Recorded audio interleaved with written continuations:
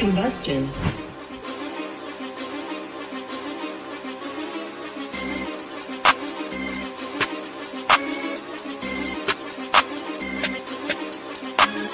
You ain't not tuned in to Lost of Y'all. We got to tell you, let's kick it off. Don't try to go, we gon' pick it off. Don't try to run or I might have to slip my thumb.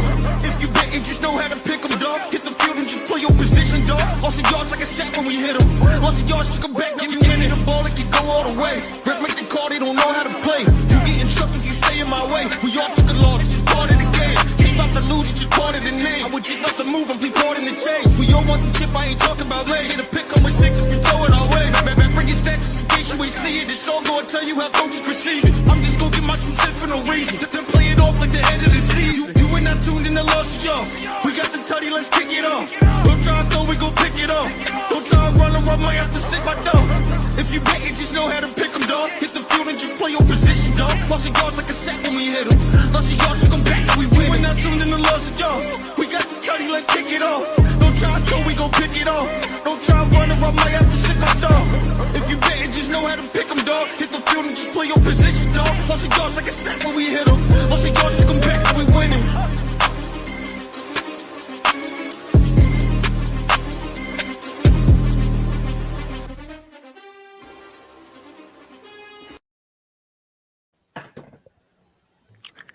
Yo, what is up, mi gente? My people. Got another episode of Lost of Yards here. We all live. We're here for it. I got my boy Matty Ice. I got my boy E. I got my boy Deuce down at the bottom. The other way here, this way. Still trying to figure it out. It's crazy. We'll get it eventually.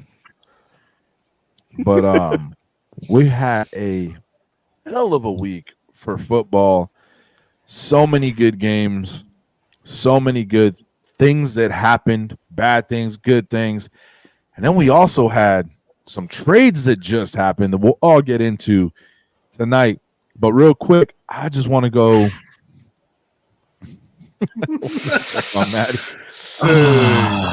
Vibes coming in hot already.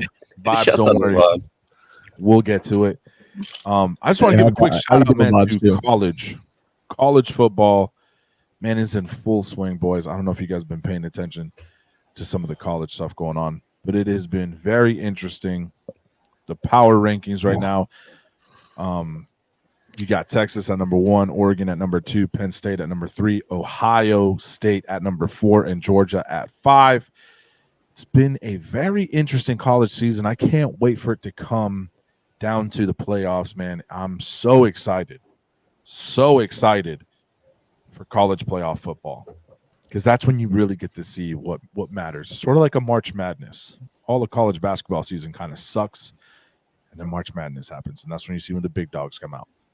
Yeah, come playoffs, I'll watch, man. You know, I'm here for it. You had a big game happen this weekend. We had Ohio State and Oregon. That was crazy. You had Ohio State and Oregon beating Ohio State by 1 point. That was an insane matchup. Me and Matt were talking about it. Matt, how many? There's like 7 lead changes in that game? It was ridiculous. It was a 7 or 8 battle. Yeah. And you know what the funny thing is, too, about that game was they kept bringing back, how Dak Prescott back in 2021, how in the wild card game versus the 49ers, he decided to, take the extra yards. Same exact thing pretty much happened. So personally, I got flashbacks from that. So that was terrible. The dumbest. Then you try to call timeout. No, homeboy, it was already 0 by the time you slid. So, terrible call. When it comes to college football, man, I kind of just like everybody because you get a lot of kids that just go up and, any place that gives an opportunity for a student to thrive and continue their career and path, I love it. So I really like everybody, man. My wife is a huge Oregon Ducks fan for whatever reason. She loves her uniforms. I respect it. So I'll root for them whenever they're on. I'll take it. It's all flashy and highlightery. So, I mean. Come on. Some of their uniforms are dope. Their uniforms are dope. I was going to say, we know a lot about neon. Right? It's very flashy. And then we had another good game on the other side. LSU versus Ole Miss. Bill. That was a nail biter. And here comes Bill firing off. Thank you, Bill. Go Chiefs. Yeah. It was nice to not see them play, actually. Yeah. Thank God. It was nice to not hear, there's Patrick Mahomes handling those balls so well. Oh gosh. nah, but y'all got any takes on college football, man? I'm excited to watch this playoffs because I think it's now, how many teams is it now? 12. So that should be fun. Don't hold us to that because again, we're unbiased, we're not factual here at the Lost of Yards. Fair warning for all of our audience. I do have one thing to say.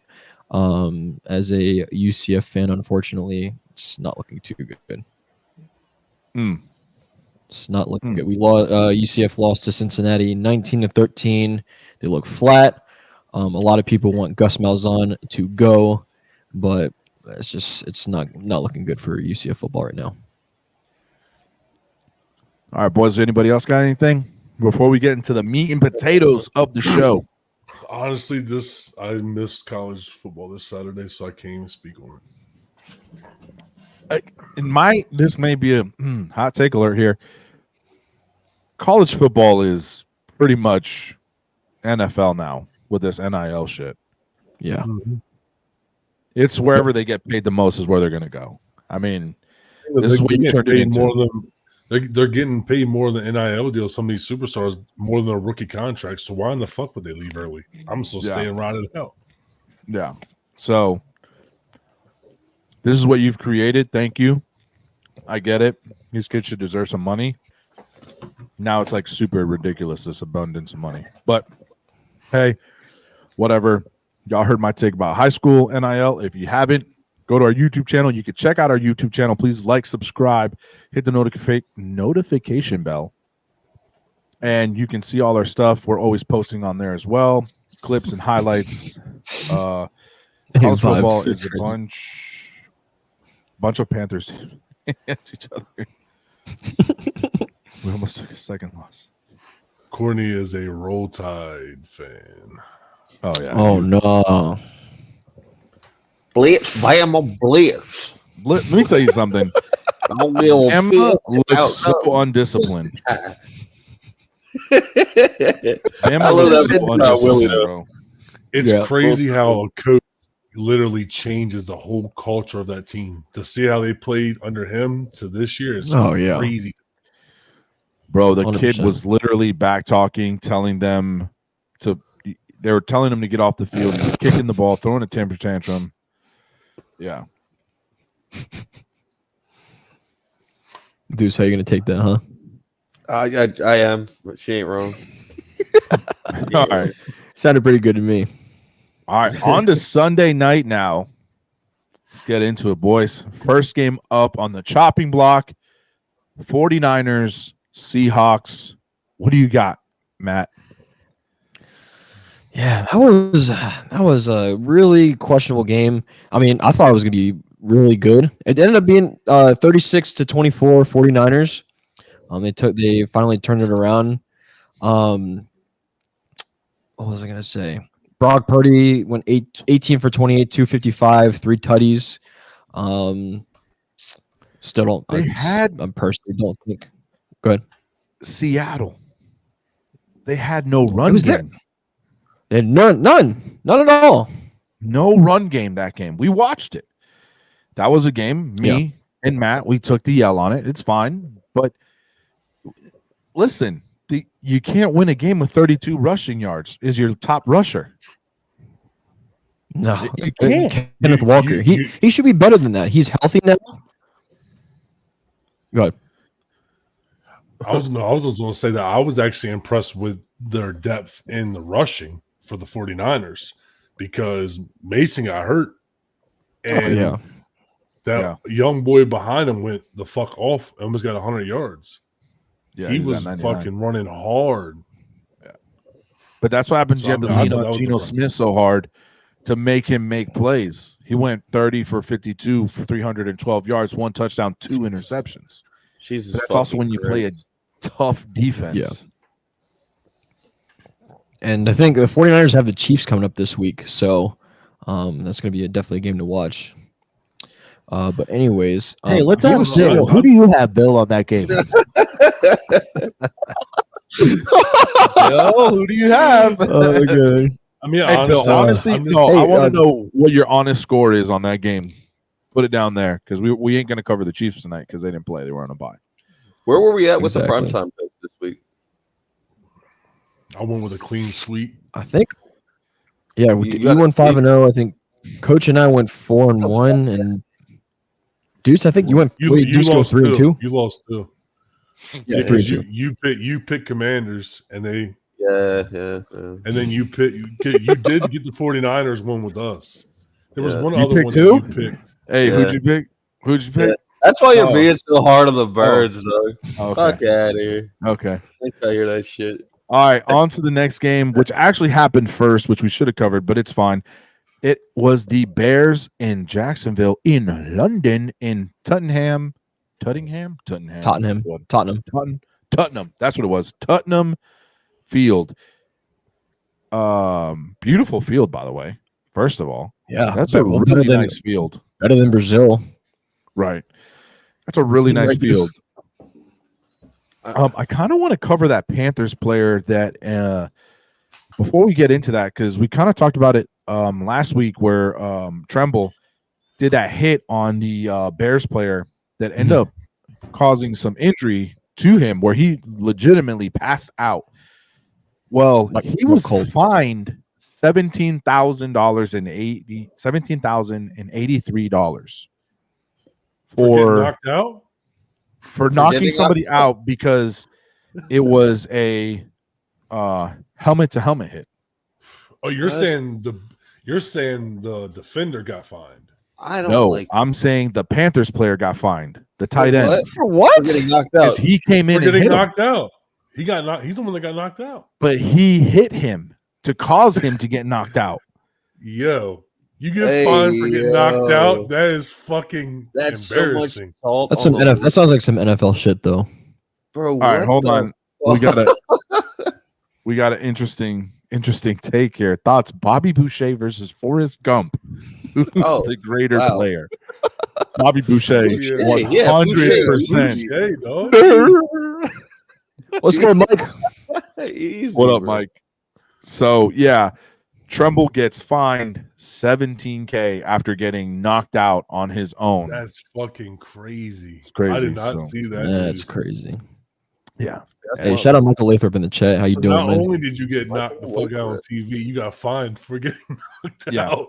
That's Yeah. crazy. that's like rubbing insult to injury, or whatever that's saying. Exactly. All right, well, the Bears go in. So- Hey, Go coach. Well, so one thing before we move on to the other games, Coach and Deuce, how y'all doing after Milton? Oh, we're chilling, man. I'm Chill. chilling. I had some water I'm leak like, who in the the house. fuck I'm is good. Milton, bro? What the fuck? Who the fuck is But No. Forrest was untouchable. Well, Okay, as soon as he said I'm fine, that's when I realized finally what who the fuck you're talking about. Oh gosh, Deuce, y'all good down there? Yeah, I'm good. I work at the place where like 20 people died to a tornado, though. Oh damn! Yeah. Well, I don't work in that part of it, but yeah. But and you work for the company. Yeah. Well, Gosh. there's like two of them. There's one in Fort Pierce and there's one here. There's a Gotcha. couple of them, but yeah, the one in Fort Pierce got fucked up. This one got hit by a tornado too. I'm trying to figure out what the fuck is going on and why they're tornado prone, but yeah, That's crazy. fucking sad, man. Yeah, man. Yeah, I think for me, I honestly, and not to like stick my dick out or anything, but I really, I think we dodged one. it's an interesting take on that. Stick your dick out. Yeah, Is that- that was Well, not to like interesting. sound like not to sound like like spoiled or anything, but I mean, I didn't Not lose to any whip my power. dick out, but that's I a don't- wild. That's a wild. I don't think that was That's the just- right that's thing just to something, say, you know, bro. oh, That don't wasn't do that the- now. that wasn't That's the not time a to saying, use that. man. That wasn't the hell? time to use That's it, just a bro. saying I say. Hey, yo, come on. Terrible thing. Terrible thing. Let's change it. Let's change it. Yes, Matt, we're all after good the down show, here. we'll meet up, and I will give you plenty of other sayings. Oh fuck. Anyways, all right, Jacksonville and Bears. Flag ass. That was a flag. I know that was a flag. I should get muted. Yep. I still need to order mine. Anyways, Jaguars, Bears, and Tottenham in the Tottenham Hotspur Stadium. No, it was a good game. It was a good game. I know it's a struggling Jacksonville team. Why isn't Jacksonville making any moves on any of these free agent or people that are wanting to get traded is beyond me. That's what I'm saying. This poor guy Trevor Lawrence has nobody to throw the damn ball to. Well, except Evan Ingram, first game back. Of course. Yeah, first game back. 10. He didn't do bad, but 10 catches, 102 yards, but he didn't make the end zone though. But 102 yards is still good for your first game back. So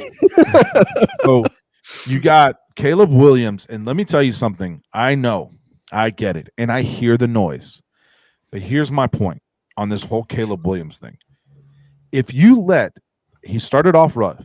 If you let a young quarterback start getting on a streak and building that confidence, which he has, because the last few games he has built this streak. He has had two really good games, right? This game he went 23 for 29, 226 yards, 4 touchdowns, and 1 pick.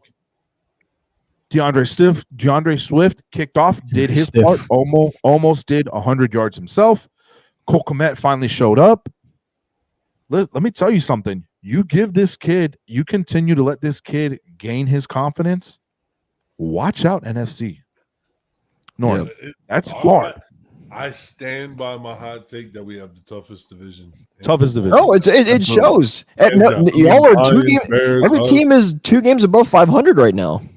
Yeah. I mean, here's another thing, though. Go ahead. Speaking of the Jaguars, we talked about it Sunday while the game's rolling. The fact that there were so many passes hitting their hands and they were dropping them, touchdown passes. Yeah, I mean, that's bad. Lawrence was putting dimes out there, and they were literally touching the ball with no fucking pressure and dropping. That's crazy. I feel bad for the kid, honestly. True. Who had Kmet? Did anybody pick up Kmet in our league? I did. Fantasy league. I did because my tight end was hurt, so I picked him up. Oh, he's lucky. So I'm gonna keep him. I'm gonna keep him. I mean, let's glitching. Be careful. I mean, it was just it was just one game. I mean, but no, in all honesty, as far as tight end play though, in our fantasy league, I had Njoku and he keeps getting fucking hurt. I had no other options. Yeah. Well, if he gets me 3 points, it's better than 0. And if we want to talk about, so last week they played the Carolina Panthers. Again, another bad team. I'm not saying the teams that they have played are good. I'm not. But I'm saying you let a young quarterback like this get streaky, and he has the potential to be great. He went that last game 20 for 29, 304 passing yards with 2 passing touchdowns. So the kid is putting it together. You have got to be careful. I don't know why, but the league has almost immediately villainized him to where people just hate him already and they don't even know him. You know what I'm saying? And I get it. He does have a big personality, but that comes with the turf of being the number 1 pick. I don't know. I said my other hot take in our chat on Sunday. My other hot take is that we're going to split our wins with the Bears and the Lions. And I think we're going to go 1-1 with both of those teams. I think the Bears are going to be able to pull it away at home. And I think the Lions are going to be tough both games, but I think we're going to be able to squeak by on one. I see that as well. 1-1. I can see almost everybody going 1-1 against each other there, because not for nothing, Green Bay looks good. Green Bay. The thing I was just talking about Green Bay, those they're not consistent. It depends on which Green Bay's shown up that day. I've seen them fucking go out there and look dominant, and I went out there and seen what the fuck are y'all doing? So it really depends on which Green Bay's showing up each week. I agree. I mean, I think in Green Bay, I think the only consistent person they have is Josh Jacobs. You know, he can rely on him to be consistent. Yeah. Going back to the Bears real quick before we move on. Someone else rose from the dead that no one thought would ever show up this season is Keenan Allen. Yeah, man, I was so happy. 5 for catches. him, I know, right?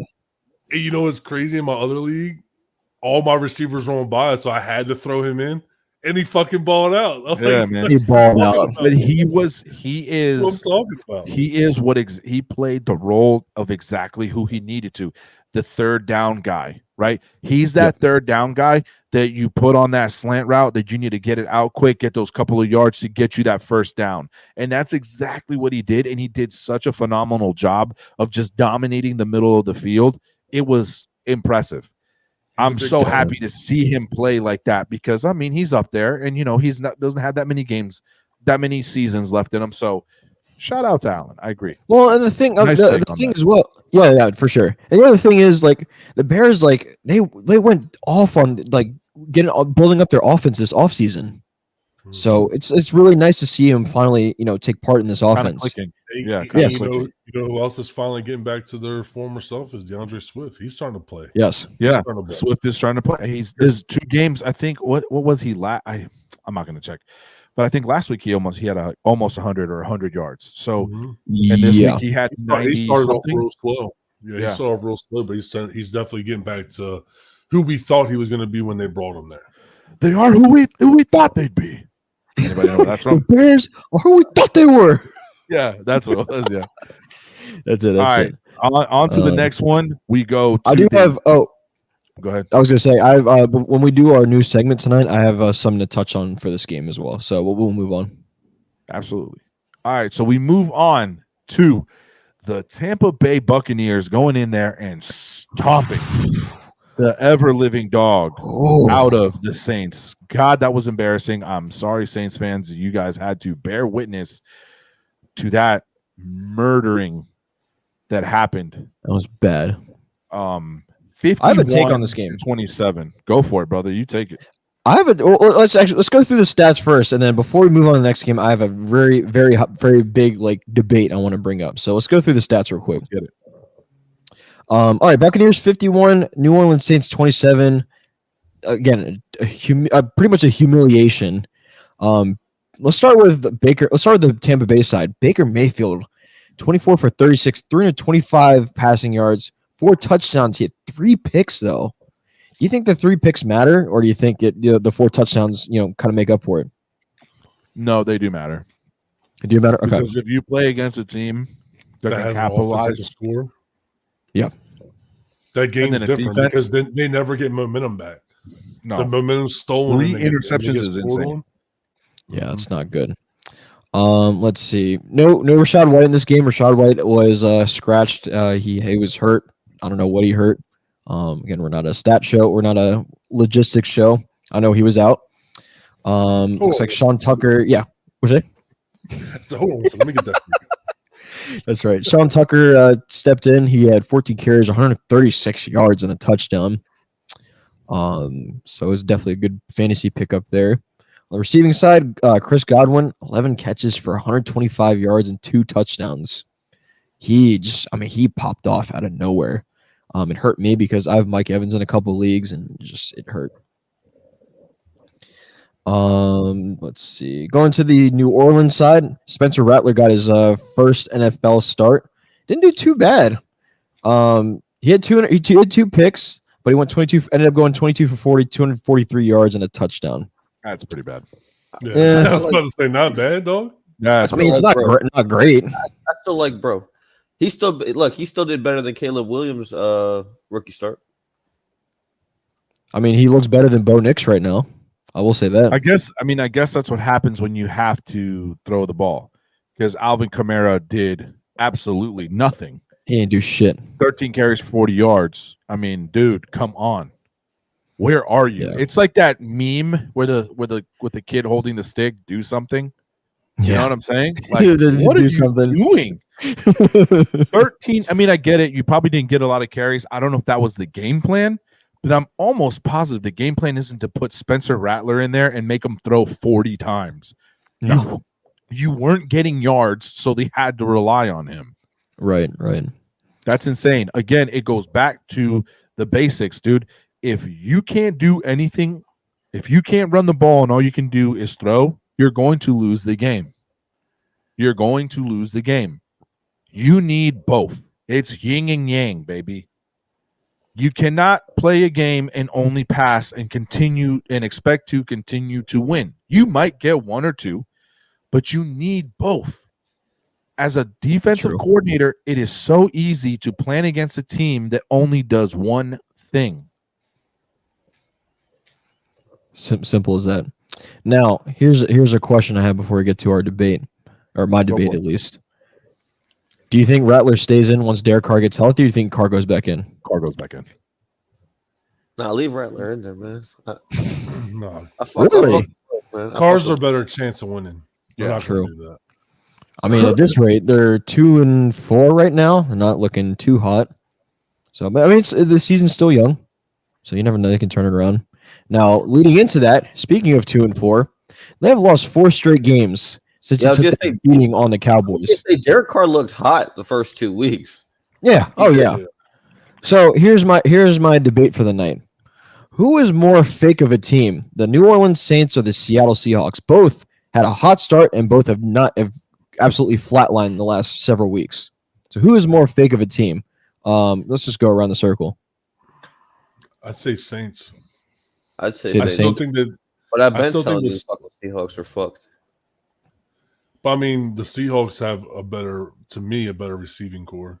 True. And let us know. Hey, if you're watching right now, let us know in the comments who's more You fake of a got team, it. the Seattle Seahawks me- or the New Orleans Saints? Metcalf, Lockett off the rip, and when Walker plays good, I mean, he usually runs better than he did this week. Yeah, and they I just think typically have a more all around team. they typically have a solid defense. Sat here and had the conversation of, are the Saints legit at going into week 3? Right. Like, we had to have the conversation. Are they legit as we think they are? Mhm. Right, because I mean they beat the snot out of the Cowboys week 2. I remember sitting there embarrassed as fuck, and then all of a sudden they lose. What was it, like 16-10 to the Eagles, or 16-13 to the Eagles, and then after that they lost to the Falcons, and then obviously lost to the Bucs this week. Saints beat the snot out of the Panthers. Saints beat the snot out of the Cowboys. Lose to the Eagles in a tight one. Lose to the Falcons in a tight one. Lose to the Chiefs. Not too bad. And then get destroyed by the Buccaneers. Yeah, that's true, Danielle. That's true. Coach, what do you think? I didn't hear from I'm you. gonna have to say I like Seattle more, just because that receiving core is really nice. You got DK, you got Lockett, you have so many more weapons over there that have been more consistent than you could say as far as for the Saints. The Saints have been pretty inconsistent. Well, here's the thing about the Saints. I say we didn't even mention Smith and Jigma. He's a fucking beast too. On Yes. top of all, Oh, they yeah. have 3 dominant receivers in Seattle. You imagine if, I'm not trying to throw no shade on Geno, but you imagine if they had a Josh Allen or something like that thrown to those 3. I don't know. Patrick put a post up. He goes, "Would it be smart to trade Kamara for Saquon?" We're not taking it, bro. Yeah, why would Philly do that? Philly Why would would never we go take for that. Yeah, That's not happening, crazy. unfortunately. I mean, Unfortunately, the it's not. Saints, This man just tripped absolutely. on That's that. smart for the Saints. That'd be stupid as fuck for the Eagles. What the fuck? Yeah. Yeah. But- Kenneth Walker, as far as Seattle has I think like a running back problem is their biggest issue. Kenneth Walker pops off game 1, game 4 comes back after being hurt, kind of does some things, and then just hasn't really done much. So I wonder if he's still hurt. Do you think he's still hurt? quite possibly he was only gone for 2 games. So Yeah. it could be the possibility.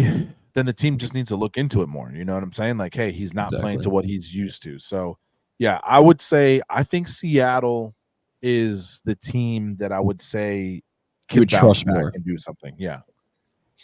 Yeah. Another thing too. I meant on fantasy. Oh.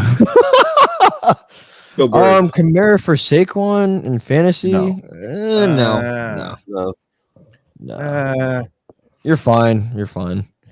I will Another thing about say this- though. go ahead. I will say though. Wait, you have Saquon- Kamara training for Saquon? Then fuck yeah. Because Saquon's been put. And I will say this. we've been looking like we're running the ball, especially with the game we just played. We didn't give up on the run. So I would say that's a great take. That's a great trade. Oh, so he's saying that for a Yeah, trade. to get Saquon. Yeah. He Oh, had yeah, hell to. yeah. Take that Oh, I don't Sure. know because Saquon struggled really bad against this Browns team. Yeah, he did.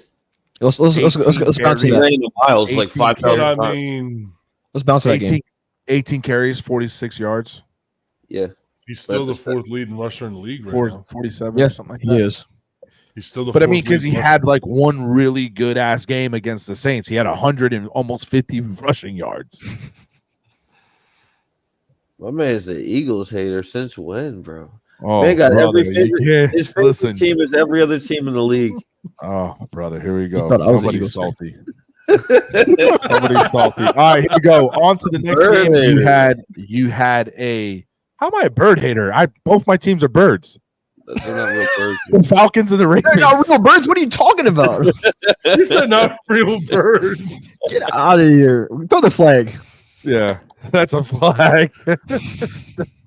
Right here. They're not real birds. They're fake birds. Yeah, Artificial intelligence. Government birds, man. Like fucking drones. On to the next game. I think no biased. Commanders, Ravens, the belt game. I mean, this was built up so much hype. Commanders fans, except for you, Courtney. Respect. Have some respect because y'all talked a lot of trash. There was a lot of trash. I got tagged in a lot of hog life crap. And there was a lot of trash y'all were talking. And y'all were all over us. You guys were, watch yourself. we're going to stop Lamar, this, that, and the third. And I said, except for you. I said, except for you, Courtney. I said, except for you. I'm just saying, I was tagged in a lot of stuff. And get humbled, baby. Get humbled. It was a great match. Oh, my God. It built up to the hype. Okay. It was Daniels, my hat is off to you, sir. You played a hell of a game, but you're no Lamar Jackson. I'm sorry. And please stop comparing them to the same because they're not. Definitely. And it's no disrespect. And it's no disrespect to Daniels. I'm just saying Daniels is a different kind. Daniels pops off. He goes 24 for 35, 269 yards, 2 touchdowns. Great job. Lamar Jackson, 20 for 26. 20 for 26. He only missed 6 passes, and one of his interceptions was a fluke. 324 yards, 1 touchdown, 1 interception. Derrick Henry drops the hammer down, baby. 24 carries, 132 rushing yards, 2 touchdowns. He is the number 1 rusher in the NFL. Man. I would hope. 704 yards, 8 touchdowns. Insane. And Zay Flowers, bro, popped off. Thank you, God. 132 yards and 9 catches for Zay Flowers. That is insane. Yeah. It was a great game. Let's see. My fantasy team is insane though. I feel like Saquon paired with Henry. God damn. That's not a I bad like team. it. Hold on a I second. like Time out. that. Patrick. You got a full Patrick. man. Right. league. Yeah, Wait, wait, wait. Four-man league, Hold on, pull dog? back up. What Pull you- back up. Pull back up. How you got Hurts, Henry, Yeah, Kamara, AJ Brown, Tyreek Hill, and Jock. I mean, Tyreek Hill Chubb? has not been producing though. Yeah, Tyreek's Oh, I fucked. mean, But I mean, it's for 'cause he that doesn't have a draft, quarterback. like, how did you even get How? that? Well, he Yeah. must be in like a 4 or 6 person league. he was in a league of the deaf and the blind. I'm just People, playing, Patrick. people I'm just just picking playing. just picking their players like on their own teams. Like, Yeah, you're right. You're right. 14-man league, 1,000. Okay, then those guys are What? retarded. Those No guys are way. I want need it proof. next year, bro. Yeah, I hell want yeah. it. I need proof. screenshots. Let me in that shit. I'm ready to send you a What? friend request right now. Like, Yes. I'm ready to go find you now. Coach, I want to ask you something about the tight end situation in Baltimore. Go for it. Who's the true number 1? Is it Mark Andrews or Isaiah Likely? I think they just complement each other so well. Andrews is such a great blocker, man. And I know we all love a good tight end that can catch and do all this crazy stuff. But the way this team works, it's run first and then God bless the rest. You know what I'm saying? And Andrews is such a good blocker. I he did get some action. He got a tutty. Yeah, he got one touchdown, three catches, 66 yards. Here's my thing with that. At the end of the day, you still have to respect Andrews. He's going to pull 100%. defenders away. Because the minute somebody doesn't, he's going to fucking light it up. I don't care how he's been playing. He's still Mark Andrews. He draws attention. That's the same with Kelsey. Even when he wasn't producing, he's still drawing attention to himself. I like Likely too. Likely is going to be something good. I always have. He's going to be something good. He's going to be something good with us. Like being that solid number 2 right there. I would say he's still number 2. Okay. But I think he's getting more of the targets because he's a little bit quicker. But he probably gets open more. Did you see the press conference where Lamar was talking about Mark Andrews because he overthrew the one and he was like, "I told him, I promised him I was going to give him that touchdown this game. I promised it because he says he was mad as shit at me. I ain't gonna lie. Yeah. But hey, I will say this too, talking about the Jaden Daniels and Lamar comparison because you compared them. I was actually talking to my dad earlier. We were talking about the game. I think the main difference between them two is that they might play similar, but Lamar has way bigger size. Yeah. Jaden can't do the same kind of shit with the ball because he doesn't have the size that Lamar does. Jaden's smaller. So he's more agile and gets in and out, fast, quick breaks for scrambles, where Lamar can stretch a play out because he can take a little bit more. And I think that's the difference between them two. I think that sometimes Jaden can make smarter plays throwing the ball than Lamar. Not this game, I'm saying in general, but Lamar is bigger, has a stronger arm right now. So Jaden has to find a way. Don't try to play like Lamar. Find a way to be yourself because he has all the same attributes. He doesn't have the size. Yeah. No, listen, an amazing talent, and he can put the ball where it needs to be. I heard people talking that it's a college team and they've played garbage teams, No, this game right here, the 23-30, what a game. What 100%. A game. Like, I don't want to hear, like, I'm not a hater. And trust me, I got a lot of shit talking happening to me over this game. And then everybody went crickets. Blake. So a little backstory in that. So Blake is my boy from school. We're in a league together at school, and him and I went head to head.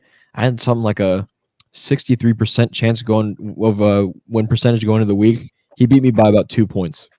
Courtney. Oh shit. I'm a hater, bro. Courtney's a hater. That's crazy. No, Courtney, in all seriousness, hey, that was a great game, and I appreciate that. It tested us, and I mean, and don't get me wrong, we're proving some tests, okay? Yeah, we started off rough. Trust me, I know. We started off rough. But these last few games, we have been playing hard. And it's not going to get any easier. We go and we play Tampa this week. In Tampa? Yeah, it's in Tampa. It's in Tampa. Like, I am. You going? Oh, No. I'd love to. I would love to. I might need to try and see if I can find some tickets. I'll go, Coach. I'll go with you. Pick me up on the way. Hey, you're on the way. I'll meet you. Hey. Yeah, I'm right off, like literally like 4 miles off I-4, exit 98. All right. Let me see what I can wrangle up. Bet. One last thing, and then we'll move on. I said this last week. I've said it a couple weeks before. Terry McLaurin, he is going off. He's going off. He had another ridiculous game this week. Yeah, I think he had a ridiculous catch as well in the end zone. He did. That kid, he's exciting. He's exciting to It pains me to say watch. It, but yes, he's exciting to. He's very exciting. And you're asking what should I try to say last week that he's finally shown he's always been receiver one, dog. Yeah, but he hasn't had a good quarterback to throw to him. I think he finally has a good quarterback to throw to him. Doesn't matter. He's always found a way to be that guy. He's always been that guy. Yeah. He was catching some things that I was like, whoa. Yeah. Whoa. But he's Tight always had to do coverage. that. He's always Oh had to yeah, do that. but I mean, you're talking about a physical defense, and I was so happy that we didn't have flag happy refs because that was a physical fought game. I found it like to be a really good game. And there are people complaining, oh, well, what about this flag and this flag? Dude, just that game was so. The refs try to stay out of it as much as possible, and I appreciate that. Oh my God, thank you, Lord. And we'll get into a game where it was That didn't happen. absolutely ridiculous. That didn't happen. Yep. Yeah. In all All right. honesty, though, we talked about that before, though. It's always like that. Either the refs are going to be super on the money, always calling everything, or they're going to let them play. It just depends on who you have. Right. Right. All right, Exactly. on to the next game. Oh, brother. We'll go over it. And I got some takes on this. Arizona Cardinals get absolutely dismantled by the Green Bay Packers. Another NFC North team here showing their dominance. I get it. It's the Cardinals. Marvin Harris Jr. gets hurt almost immediately. So I lose him in fantasy. Get 0 points from him. Still, I think a lot of fantasy owners did. Still without him getting 200 points to dominate against somebody. I won't say anything. I'm not going to say who I beat because I don't want them to get mad at me. I don't want them to get mad at me. But It's coming. I can feel it coming. I can feel it coming right now. man. There you go. Here it is. I'm just saying he was 0. And, oh, brother, what did I do? It's just my guy. That's brother. crazy. All right, Jordan Love, he played a solid game, man. 22 for 32, 258 passing yards, 4 touchdowns, 1 interception. Kyler Murray didn't do bad himself. 22 for 32, 214 passing yards, 1 touchdown. What is Kyler Murray's problem? He has nobody to throw to. Name me another receiver other than Marvin Harris Jr. on that staff. Well, they got Wilson. Don't look. Wilson, Don't look. Well, they got their tight end McBride. He's a receiver, though. Receiver. Yeah. Okay, no, seriously, give me somebody. And something Wilson, right? Am I tripping? Yeah, Michael Wilson. Hey, Two receptions. somebody. 2 receptions for 21 yards. Okay. McBride, he did a decent game, 8 receptions for 96. Outside of that, who in the hell is the rest of this on this staff? Bunch of Chick-fil-A workers, I man. only know Wilson because I watched one of their games and I happened to see him. I don't know anybody else.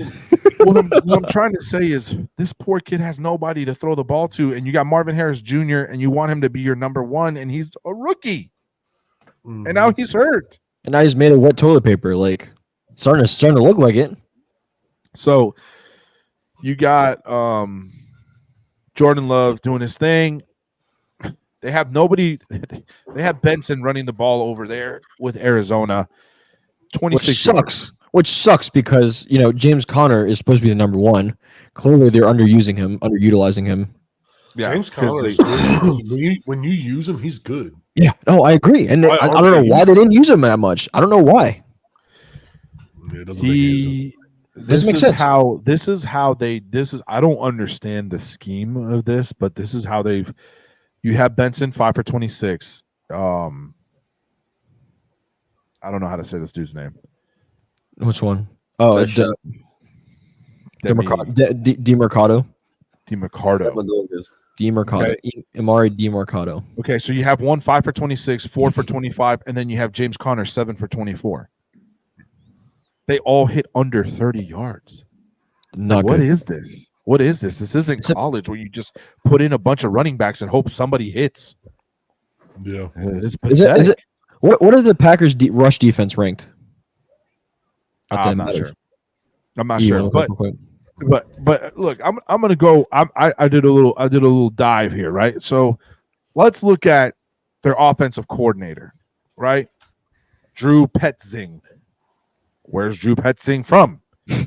He started doing real big stuff with Minnesota Vikings. He was there for a little bit. He was the assistant quarterback coach, a wide receiver coach for the Minnesota Vikings in 2019. Then he went to the Cleveland Browns. And he was the tight end coach, and then he went to quarterback coach in 2022. And then 2023, he took over as offensive coordinator with the Arizona Cardinals. What made this man qualified for you to put him in this situation? How do you have a team and they look this bad? Like, you have a pretty decent quarterback in Kyler Murray. You have a good name running back in James Conner. And you're not using your people correctly. Your number one receiver is Marvin Harris Jr., and he was hurt the whole game. He is your number one receiver. He's your leading receiver right now with 279 yards. The guy behind him is McBride, 271. He still couldn't even pass him, and he's a whole game over him. Probably a couple at this point, because Marvin Harrison Jr. has missed. He hasn't missed. This isn't the first game he missed. He missed a couple other games too. I don't know. I don't know how much. So is this their quarterback? I mean, their head coach for the Arizona Cardinals. I gotta pull them up. He also looks like a fucking alien. Yeah, he got put there hired by the Cardinals February 14th, 2023. Yeah, because Cliff Kingsbury got fired. Is he a hot seat guy? Is he a guy that is on the verge of possibly losing his job, even though he hasn't had a lot of time? I get it. But, man, this team is looking bad. They can't put nothing together. Right. I'm going to say not yet. Matt, I'm going to say not yet. Question, Packers are 8th in rushing defense, minus a Okay, there you go. That answers your question. That answers my question right there. But no, I don't think he's on the hot seat yet. I really don't, because I think they really need to take advantage at the deadline. I think they need to pick up another wide receiver. If they get another wide receiver, they'll be fine. Because McBride who's great.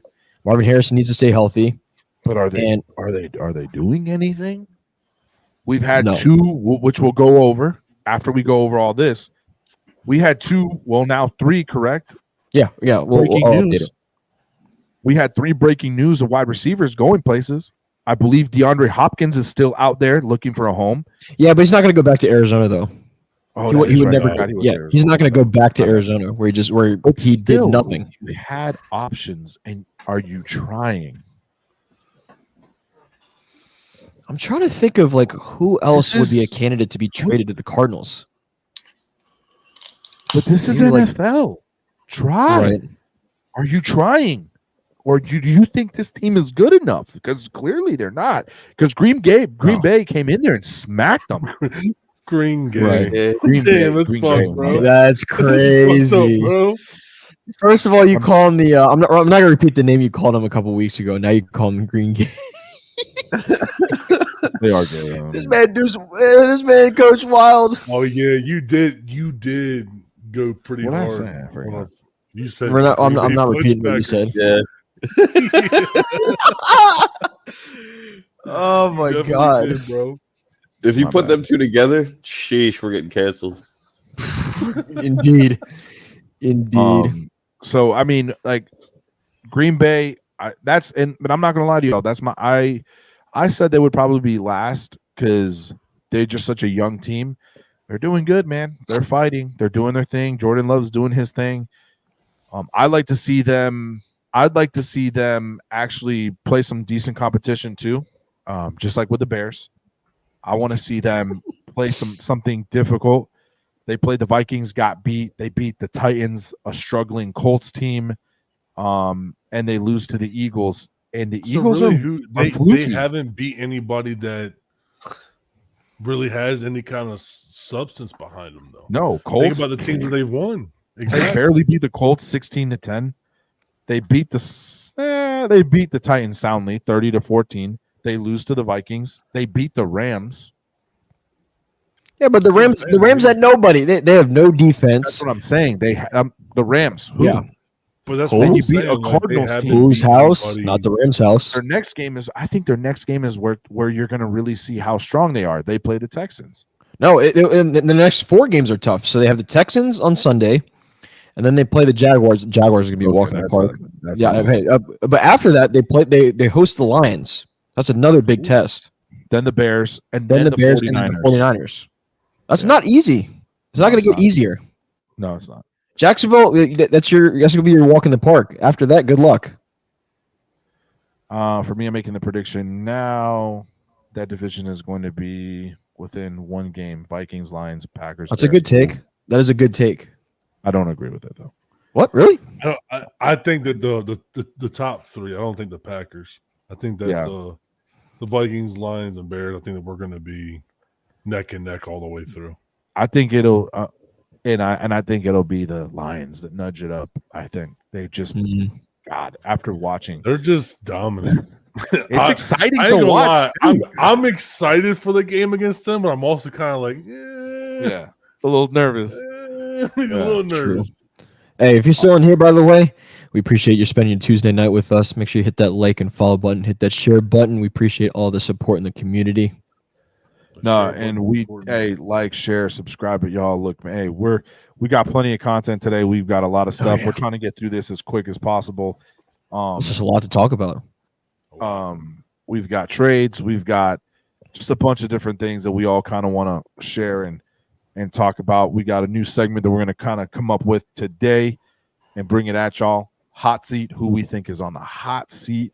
As far as coaches go, we'll do one with players later, but we'll definitely do a coaches one that, hey, you lose another game, you might not have a job that Monday morning.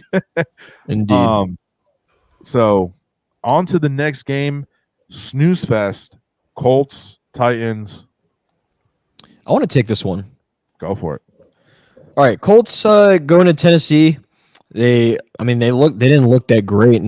But neither team looked great. I really thought the Colts were going to lose. I thought this would be the Titans' turn to get another dub. Colts ended up taking the win, 20-17. Joe Flacco, he's still looking pretty dominant. He had 22 for 38, 189 yards, 2 touchdowns and an interception. So I mean, he's still pretty solid. He was Anthony Richardson was a late scratch in this game. Probably that morning. Mayo Man Will Levis, awful. 16 for 27, 95 yards, a touchdown and an interception. God awful. Let's see.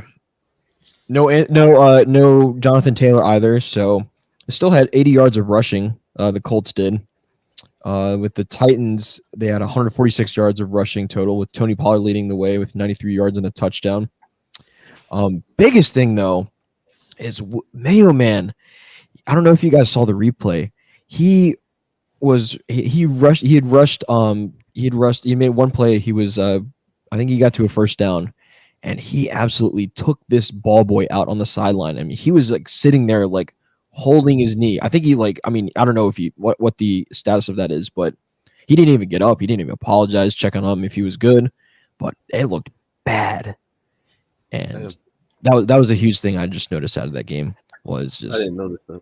I didn't see Listen, it was Mayo Man is terrible. No, I agree. I hate mayonnaise. They He need help. I like mayonnaise though. Just about to say I'm white. I'm white. Just I like mayonnaise. Just not him, bro. Listen, Puerto Ricans, we do this mix. It's mayonnaise and ketchup. We call it mayo ketchup. Yeah, a little garlic salt in there. Ooh, that sounds That fire. shit is good as Did shit, bro.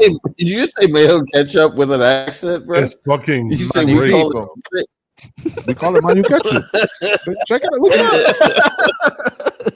Hey, y'all can laugh. That's a culture, baby. We got that culture. Hey, I want to ask I you. do Will Levis. He's Oh dude, man, I think he's not it. He's not it. He has a potential, but again, when you get drafted early nowadays, you don't get a chance to develop, and they put you in, and you get slaughtered out there. That is what's happening with all these quarterbacks, and that's what I said before with Bryce Young. It's the same shit. They don't have time to develop. These guys are Right. expected to produce right away. There is no veteran leadership that is helping them, holding their hand, guiding them through the thick of it. It's like, hey, man, go out there and perform, and if you don't, we're going to bash you on social media. Yeah, because our world has evolved around social media nowadays. Calvin Ridley, he did It's kind of absolutely where we thrive. Yeah, that's true. That is true. Calvin Ridley did nothing this week. Nothing. Ever since he had them issues, hasn't been the same. Hasn't been the same. No, 100%. 100%. Ever since he got that suspension and stuff, hasn't been the same. Nope. Yeah, I totally agree. I don't know what happened. I don't know if he took it serious. I don't know if he worked out. I don't know if he was trying to stay physical, but has not been the same since then. Definitely. All right, I want to ask you guys this. There's been lots of talks about, and Coach just mentioned this already. There's been lots of talks about DeAndre Hopkins being on the trading block. Where do you think is a potential landing spot for him? There's a lot of good Jacksonville. Jacksonville, okay. I think Jacksonville is a team that really needs him. Will he go there, though? I don't know. I don't think he wants to be the With the builder of team. something again. I think he wants to go somewhere and win. And win, exactly. So I think we have to think outside the box here and see where he can go, where a team can potentially use him that doesn't necessarily super need him. That's a great Pittsburgh. Yeah, but because here's the problem with Pittsburgh. We'll get to that game. We'll get to that game. Yeah, we'll get to the game. So I'd say for me, could y'all think maybe potentially the Chiefs? I could see that. I could see that. I could see that as well. They need somebody right now, and yeah, they need a deep guy, and I think he's perfect for that. Because I think Rashee Rice was your deep guy, but now he's out with the AC. He's out for the year with the ACL. Yeah, I don't want to say it, but they could be a potential landing spot. Where's Bill? Where Bill? What do you think? Would you, if Bill, if you're in here, sound off, bro? Would you want a DeAndre Hopkins kind of player? He's still doing his thing. He's still, he's doing whatever he can, I guess you could say. I wouldn't say he's a D-Hop of pass, but he's definitely still a presence. But who does he have throwing to him? Exactly. I mean, that's the thing. Then he went to Arizona, and he had a Kyler Murray that's kind of. Well, he was also hurt, so he didn't really have Kyler Murray. Yeah. So what about New Orleans? I mean, Olave was supposed to be like a top 10 receiver this year. He ain't doing shit right now. Shaheed is kind of on and off with injuries. But I don't think New Orleans is in a position to win right now. They're struggling. That's true. I really don't. I don't see that either. Always hurt.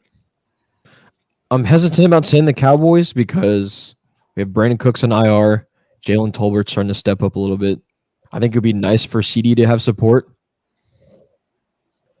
That's not a terrible idea. I think CD Lamb needs help. I think so too. I mean, don't get me wrong. Jalen Tolbert's he's starting to look better. I mean, he's been on the team for 5 years, but the Eagles could be a potential spot because what are you going in? Well, you have Jahan Dotson as your number 3 wide receiver, along with AJ Brown and Devontae Smith. So, I'd say more likely Chiefs than the Eagles. Mm-hmm. Pains me to say that, but I would say if it was anybody, I would think that the Chiefs would try.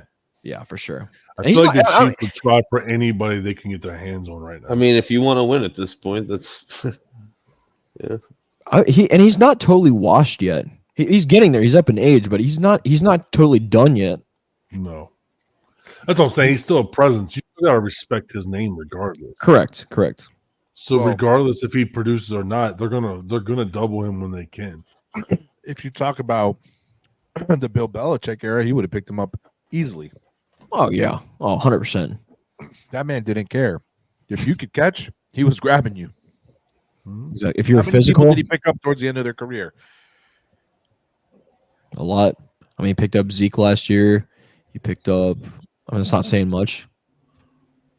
All right. Well, anyways, on to the next game. Speaking of the Patriots, Texans beat the Patriots 21-41.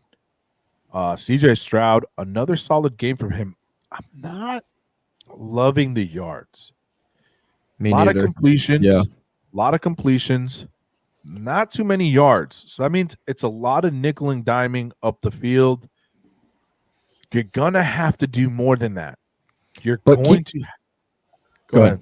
I was gonna say he also didn't have Nico Collins. Nico Collins is on the IR this week, so but he has Diggs and Tank Dell, so that should be no excuse for I was him to about go to deep. say you can't even use that. You got deep threats. I feel like the NFL has turned to that a lot, though. A lot of the short nickel and dime screenplay slants. It's a lot of short. I mean, if it wins you games, then that's what you're going to do. If it wins you games, it's what you're going to do. So, but yeah, the yardage, he had only 192 yards. Not solid. Here's my Mixon finally had a good game, didn't he? Here's a competition. Yes. Here's a competition the Texans have faced. Struggled against a Colts team. Beat them 29-27. Struggled against a Bears team. 19-13. Got dominated by the Vikings. Beats a Jaguars team barely 24-20. Yeah. Barely beats a Bills team 23-20. And then beats a struggling Patriots team 41-21. They're doing great. I don't think they can hold it together.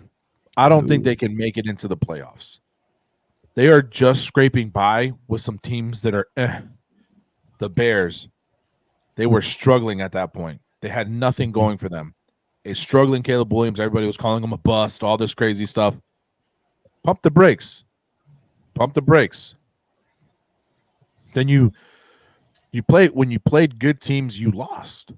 So, and you struggled against some pretty crappy teams. Yeah, Briggs, don't come at me. Which is not crazy. impressive. I felt they were going to be a fucking powerhouse this year. Yeah, with all the weapons they have. Going into the season, I thought they were going to be fucking out here dominating on Sundays, and it just hasn't been the case. Well, I mean, they're going to win the division. No doubt they're going to win the division. Yeah. I mean, you said they're not going to be a playoff team, but they're going to. I mean, Jacksonville is going to be. They're not going to go. Okay. Deep into the playoffs. Yeah, I was going to say because Jacksonville is definitely not going anywhere. Tennessee, oh my God, they'd be lucky if they win more than 3 games. Colts are, if they can get their quarterback situation going, and Jonathan Taylor going, maybe, but no, I think that this is the Texans division. But they're not going to go deep in. They'll be out wild card or division, maybe if they even make it. Drake Maine looked amazing. I know he had 2 interceptions. Yeah. He played a tough defense. 20 for 33, 243 yards, 3 touchdowns, 2 interceptions. He also was the leading rusher for the Patriots, which is insane. 5 carries for 38 yards. Like, come on. Like, the kid, they may have scored something there. Be careful with the Patriots. Again, they might have lucked out with another good quarterback. Goodbye, Jacoby Brisket. Brisket. I don't know. That might be a conversation, dude. Yeah, it's just something to keep your eye on. You know, there was a lot of controversy around that too. Why would you start him on a week that you knew he was going to go up against tough competition? But at the same time, how else can you test a rookie besides kind of give him? I mean, what do they have to lose at this point? Exactly. But they were more or less saying, with that defensive front, why put him in there with one of the worst offensive lines in football right now? There's a lot of people talking about that. Like, why do it this week of all weeks to kill his confidence? You know what I mean? Well, that was a lot of the comments I was saying. Yeah, it's like, why would you wait, put him against a tough team where he won't feel confident leaving it, and then that's how he starts his start. You know, how he starts taking over the team. But at the same time, I feel like that's what better way than just to kind of throw someone on their face and see how they do. And I think he did great. Yeah, I think he responded really well. He's going to be just fine. I think he's going to be fine. I agree. So, all right. Anybody else interesting take on them? Like, how do y'all feel about the Texans? Like, are they contenders or are they pretenders? That's gonna be the next take. Oh, I just came up with it. Ooh, Pretenders or contenders? Like that. Write it down. Put it in Put it in a notepad, right? Hey, while he's writing that down, if you're still in here, we appreciate you spending your Tuesday night with us. Make sure you hit that like and follow button. Make sure you share it out with your friends, your family, your dogs, sisters, brothers, cousins, all that good stuff. Appreciate you all in the community. The YouTube has been doing great tonight. Make sure that subscribe button if you haven't. That share button is magical. Gets more people in here. That share button is crucial for our building our community. So we definitely appreciate that. Definitely. We unfortunately could not go live. We had some technical difficulties, so we weren't able to get TikTok going tonight. It is a work in progress. Hey, Rig just popped in. How you doing, Rig? Yeah, you popped in right after we got I just popped in. You came in at the right time because you wouldn't have liked what you heard. Oh, Rig. I think we need to ask, boys, what is your take on the Texans? Contenders or pretenders? Right now, from what you've seen to this point, what do you got? Deuce, I'm going to start with you. I think they're contenders, bro. I think we give a lot of fucking credit to a lot of teams that probably don't deserve it. I think they're a good team. So unless they completely just shit the bed, then yeah, they're going to be contenders. E? I think with the talent that they have, they should absolutely be contenders, and they should go the stretch. Like I said, they should be a powerhouse. But right now, they've been struggling against teams they shouldn't be struggling against. So I wouldn't say pretenders, but they're barely squeaking by with the contenders right now. I don't see them going deep in the playoffs if they play how they are right now. If they play to their potential of what the roster says they should be, they will be contenders for the Super Bowl. But right now, as it sits, they're not going far in the playoffs because they've been squeaking by. That's just Matty my Ice. personal thing. Yeah, I was basically going to say the same thing that you said. As of right now, they're barely squeaking by as contenders. And yeah, I just don't see them going that deep in the playoffs unless something massive changes. I mean, don't get me wrong, they're exciting to watch. They have a lot of talent, but I just need to see more dominance. It can't be just slipping by with these poor teams. Pretenders. All right. Listen, we went over it. We looked at the numbers, man. They are not looking good against teams that are mediocre. And when they play a tough team, they have lost.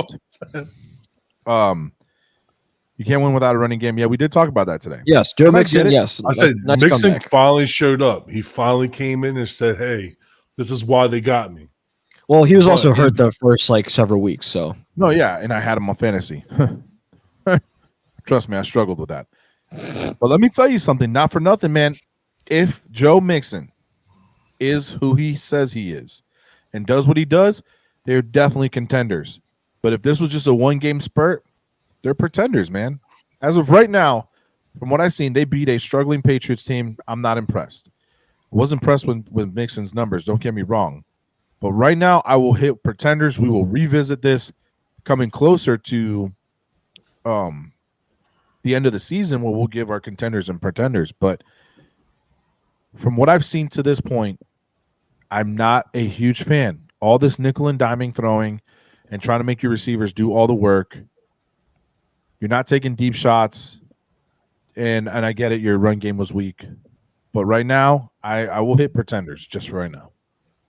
Fair enough. Oh, do you want to go ahead and hit one of the breaking news trades for this since we're on the topic of man. Texans? Take it away. Yeah. So before that was about maybe 20, 30 minutes before we went live on the show. We just got news that Cam Akers has been traded back to the Minnesota Vikings. The Texans sent him and a 6th-round pick, and the Vikings sent the Texans a 7th-round pick for 2026. So not this anytime soon. Boys, do we think? Oh, especially E. I want you to hit on this. Is that a win or is that a loss for the Vikings? Right now, my thing is that we had him last year, so he's familiar with our system. Nothing's changed as far as that goes. KOC is still obviously calling the plays. We're still operating in the same fashion. So that does help us. But I don't think that he's really adding a lot of value. But I will say that I like Todd Chandler, but he's not RB1. Him bringing in Cam Akers gives us some more flexibility in that running game with Aaron Jones being hurt. So I think that right now, as we see fit, it's a win just because we need more depth because we don't have depth. Sure. We didn't have a lot going on with the running backs, and we actually let go of some running backs. And our running back core was very small to begin with, smaller than majority of the NFL. Yeah, I think the running back and the secondary core for you guys. Well, we let go of Kenny, our great returner. He didn't see a lot of field play behind the quarterback, but he was great at returning. But we saw that CJ Ham was a potential running back slot, but he's not a running back. He's a fullback. He is your epitome of a fullback. He's great, but we needed more depth. So I think that's a win just because of that reason, just for depth purposes. For sure. Well, speaking of Amari Cooper, let's go on to the next game. Browns-Eagles. Browns-Eagles. Man, I've got some stuff on this game. We've got to talk about. It's not Eagles win. They squeak right by the Browns. It was a nasty fight. It was good football. Don't get me wrong. It was good football, but the Eagles did not look good against a terrible Browns team that is led by a terrible guy, Deshaun Watson. Let's be real here. The dude is not a good human. What are we, dudes? I want your honest take on this. How do you feel about this game? Saquon was nullified this game. Thank God for AJ Brown coming back, dude. He popped off. How do you feel? I feel good. Hey, Ray, appreciate you stopping, and hope your mom's doing all right. I feel good because the team is back. The defense has had better games, but they still held the team to 16 points at the end of the day. And the Kobe Dean, he had like 7 tackles on the day. He was all over the place.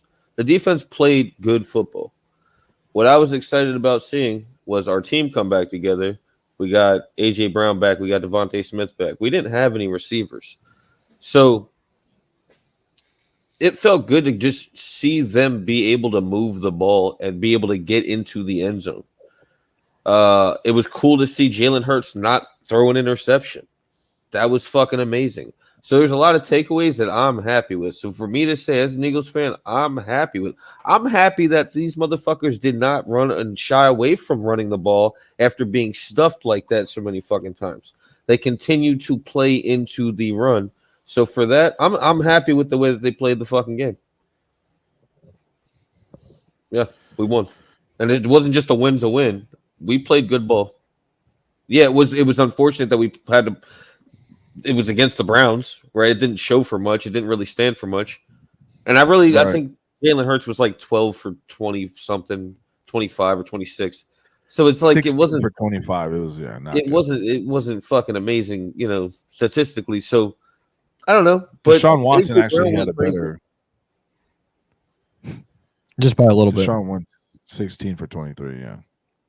Did he have a better QB rating? I'm not sure about the QB rating. I don't have it up, but yeah, we have to look it up. That Eagles team is a struggling Eagles team, and I don't know what it is. Actually, I think I do know what it is. It is your fucking head coach, Nick Sirianni, is a goddamn clown. I am sorry, and here goes my rant. Nick Sirianni, shame on you. Shame on you. You are the head coach of this team. To go to the stands and start saying what you said and cussing out fans. Oh, he didn't though. He didn't. That was a misconception. The entire time they were yelling at him to run the ball, and he said, "I got you." So when it happened, He said, "I told you, I got it." He didn't go. He wasn't. It wasn't. The fans had actually come forward and said what he had said, and it was a very fucking. He didn't. It wasn't what it looked like. I need to see that, because from what I've seen, it wasn't good, and from what I heard, and from what the other shows have said, it didn't sound like he was being too friendly. And then for him to hide up there at the end of the game with his kids up there, because he didn't want to get asked the question. He didn't want to get asked the question. He avoided it like the plague. I believe it wasn't what it looked like. But He's, to me personally, he's a coach that will be on the hot seat for me. yeah, I still want him out of there. But I will say this: Philly fans are really fucking passionate about something. So for him to do that back, and even if you did cuss in what he was saying, it wasn't in a negative way.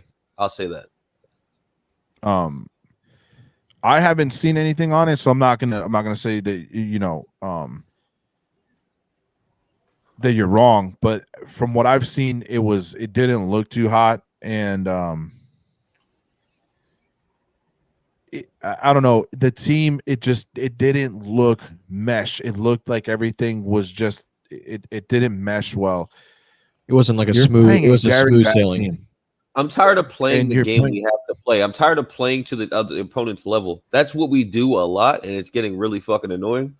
And outside of that, though, like I'll say, we haven't had receivers for 3 games. For Jalen to get back in there, and this is kind of his warm-up game coming off the bye and everybody's back, to kind of be able to get in there and have receivers to pass the ball to.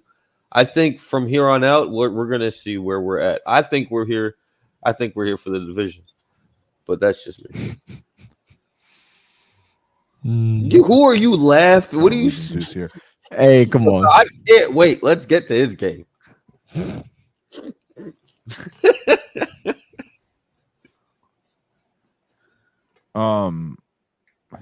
on. So I got a thing here. Nick What else you got Sirianni. before you- What happened? I said, what else you got before you all start bashing me?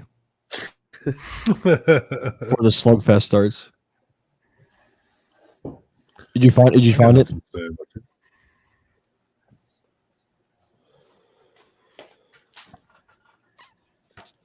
He apparently apologized. I'm not going to read this whole article. He apologized for his actions, so I don't know what it was said, but That could just be a PR thing. just the for looking Eagles like a have got to clown. be careful. The Eagles have they've got to be careful, man. I mean, you're in a very tough division as well. I get it. The Giants are but the Giants always play hard against division rivals. You're playing, you got a Cowboys team that themselves, their identity is kind of all over the place. And when they play their rivals, it's very strong. Then you also have a Commanders team that all of us slept on. The whole world slept on. And they're very dangerous. So Eagles can find themselves third place in that division very quickly if they continue to play like this. So Courtney is crazy. That's how sad the division is right now, that even at this rate, we play like this and play to everybody's level, we'll still get second place. I be careful being third, because I'm not gonna lie to you that if let's get to the Cowboys game. We'll get there. But I think if they let go of that head coach, I think things will change. All right, on to the next one. We got the Chargers and the Broncos. Chargers, we'll skim by this one real quick. 23-16. Bo Nix looking like Bo Nix. I mean, it's the Chargers and the Broncos, dude. Who watched it? I mean, I'm sorry, Broncos fans. I'm sorry, Chargers fans. It's not that impressive. Hey, Anybody got any takes off of it? What J.K. Dobbins? Two things. Cortland Sutton had a crazy one-hand catch in the end zone. It's probably that was the only touchdown of the game. I think that could be a top candidate for a top 10 of the catches of the year. And J.K. Dobbins had this really savage horse riding celebration, which I think is really fucking silly. I did but see that. yeah, I did see that. that's the only two things I have from this game. Funny. Other than that, it is what it is. All right, on to the next one. Now we got the Steelers, Raiders, Steelers win that 30-13. Justin Fields 14 for 24, only 145 yards. I have told y'all, and I called this in the beginning of the year, that if you have to rely on Justin Fields to throw the ball, he will not pull through. He's not a good quarterback. I'm saying He will not pull through. I'm saying it right now. He's not a good quarterback. No. And no, neither Russell Wilson isn't much better. By the way, I don't know if y'all saw today. They're planning to start Russell Wilson this week against the Jets. I did. I saw that. I saw actually you said something, and then right when you said something, I saw it come across Twitter. I was like, "That's Fields." Fields hasn't played great, but he hasn't played bad enough to be replaced. No, yeah, I totally agree. That's fucking crazy. They're winning with, they're winning with their defense. They're not winning by offense. They're not winning with offense. They're winning with their defense. Yes, if that defense doesn't carry them through, and Najee Harris doesn't pop off finally, I don't think they I don't think they win against a struggling Raiders team. Correct. Fields 14 for 24, 145 yards, dude. That's like high school stuff. Yeah, that's just not good. I think we talked about it. The Steelers' offense is just it's being carried. It's kind of like it's almost like San Francisco, not quite, but Najee Harris is carrying that offense. He did at least this week. I don't know. Previous weeks probably not, but. It's 145 yards is not good against a struggling Raiders team who has nobody now has nobody. Right. Should I get to Amari Cooper? Yeah. Breaking news. Amari Cooper. News. Surprise. Davante Smith. Huh? You said Amari Cooper. It's Davante Smith or Davante Adams. Davante Adams. We both fucked it. Look at that. We both fucked it up. Surprise. Davante Adams gone. And he goes where? Back to the JETS. Jets. Green Bay Packers. I mean Jets. Dude, they got Lazard. They got Lazard. They got Rodgers. They got like what is going on? Hey, we called it. That man runs the show. We called it. We called it. But this is the thing, though. If Rodgers retires, what the fuck is he going? He's getting left with nothing. Nobody. He's back to a shit team with no quarterback. So what was it? It's fucking dumb. He could have went anywhere else to potentially actually win. That's a guy that needs to go somewhere to win. You can go anywhere else to try and win, and you went to the Jets. That's piss poor. I'm sorry, but that is piss poor. Something that just popped in my head, though. Hold on a second. It just clicked. He has a tendency to go where people he likes are playing. He went to Raiders because he wanted to play with Carr again. And Carr left. So now he's influenced to go to the Jets to play with Rodgers again because him and Rodgers had a good relationship. Yeah. So maybe he's not fueled by winning like we think. Maybe he's fueled by playing with the people he wants to throw the ball to him. Right. Either way, he's only going to play with him for a year. And then what? He's got like a year or two. I think Rodgers got a year or two. And I think Davante's got a year or two. Honestly, not the way he got hit was crawling off the field a week ago, bro. Here's my thing with that. He ain't doing it again. If you would have asked me before, I think he would have had 2 or 3 years left. But the way he's getting hit and the way he's not getting up and the way the looks on his face and shit after he gets hit, it's not about. Nah, Rodgers always had them looks when he got hit. That boy, he had them. No. I'm talking about on the bench. After he stands up. No, I'm talking about when he's on the sideline. He looks like he's not. His body's not doing. Bro, it's not. He's 40. He's like over 40 years old. Bro, that picture of him with his hand on his head and the blood on his hand with his L. And it was the shape of an L is absolutely insane. That was just funny as fuck. His body's starting to give. I still think he'll try and go one more year. I think he'll try. Yeah, he may. But I'm just saying his body, his mind, he wants to play. If we're gonna say Tua should retire, we talk about he's gonna go one more year. He should. But he didn't have concussions like Tua. He wants to play, but I don't think his body wants him to play. You know what I mean? Like his body's like, nah, dog, this ain't it. I'll give him one more year, then he's done. I think he should hang. I really think he should hang it up this year, but I think definitely after next year he's done. Yeah. All right. We'll go. Anyways, yeah. Now the Raiders have nobody. They're going to be a bunch of nobodies right now. Just move on. I'll take the next game. Coaches Atlanta Falcons going to Carolina. Beat the snot out of the Carolina Panthers 30-20. And I tell you, this Falcons team, a lot of people were sleeping on them going into the season. Kirk Cousins went 19 for 30, 225 yards and a touchdown. A lot cleaner game. They got the rushing game going. Bijan Robinson had 15 carries for 95 yards and 2 touchdowns. Tyler Algier, 18 carries, 105 yards and a touchdown. So Atlanta's rushing game really went off on Sunday. Yeah, no, we look good. Hey, we look good. Hey, and not for nothing. Let me tell you something. Them Carolina Panthers uniforms look tight. I really like their uniforms. It looked really cool. Some like the blue and the black, the blue jerseys, and then the black pants. Black helmet and it was all blue. Oh, it was all blue. Okay, it was all like that baby blue color, and the black helmet with the baby blue or whatever the blue is that they have on for the emblems. Sick. That's about it. It's all that My boys went off, man. I'm so happy that Algier's getting his shot, that he's actually like doing his thing. Don't get me wrong. I love Bijan. He's a crazy player. For the both of them to accumulate 200 rushing yards, it's crazy. I love it. But the thing about this, he's always he was looking good last year too. Yeah, Algier.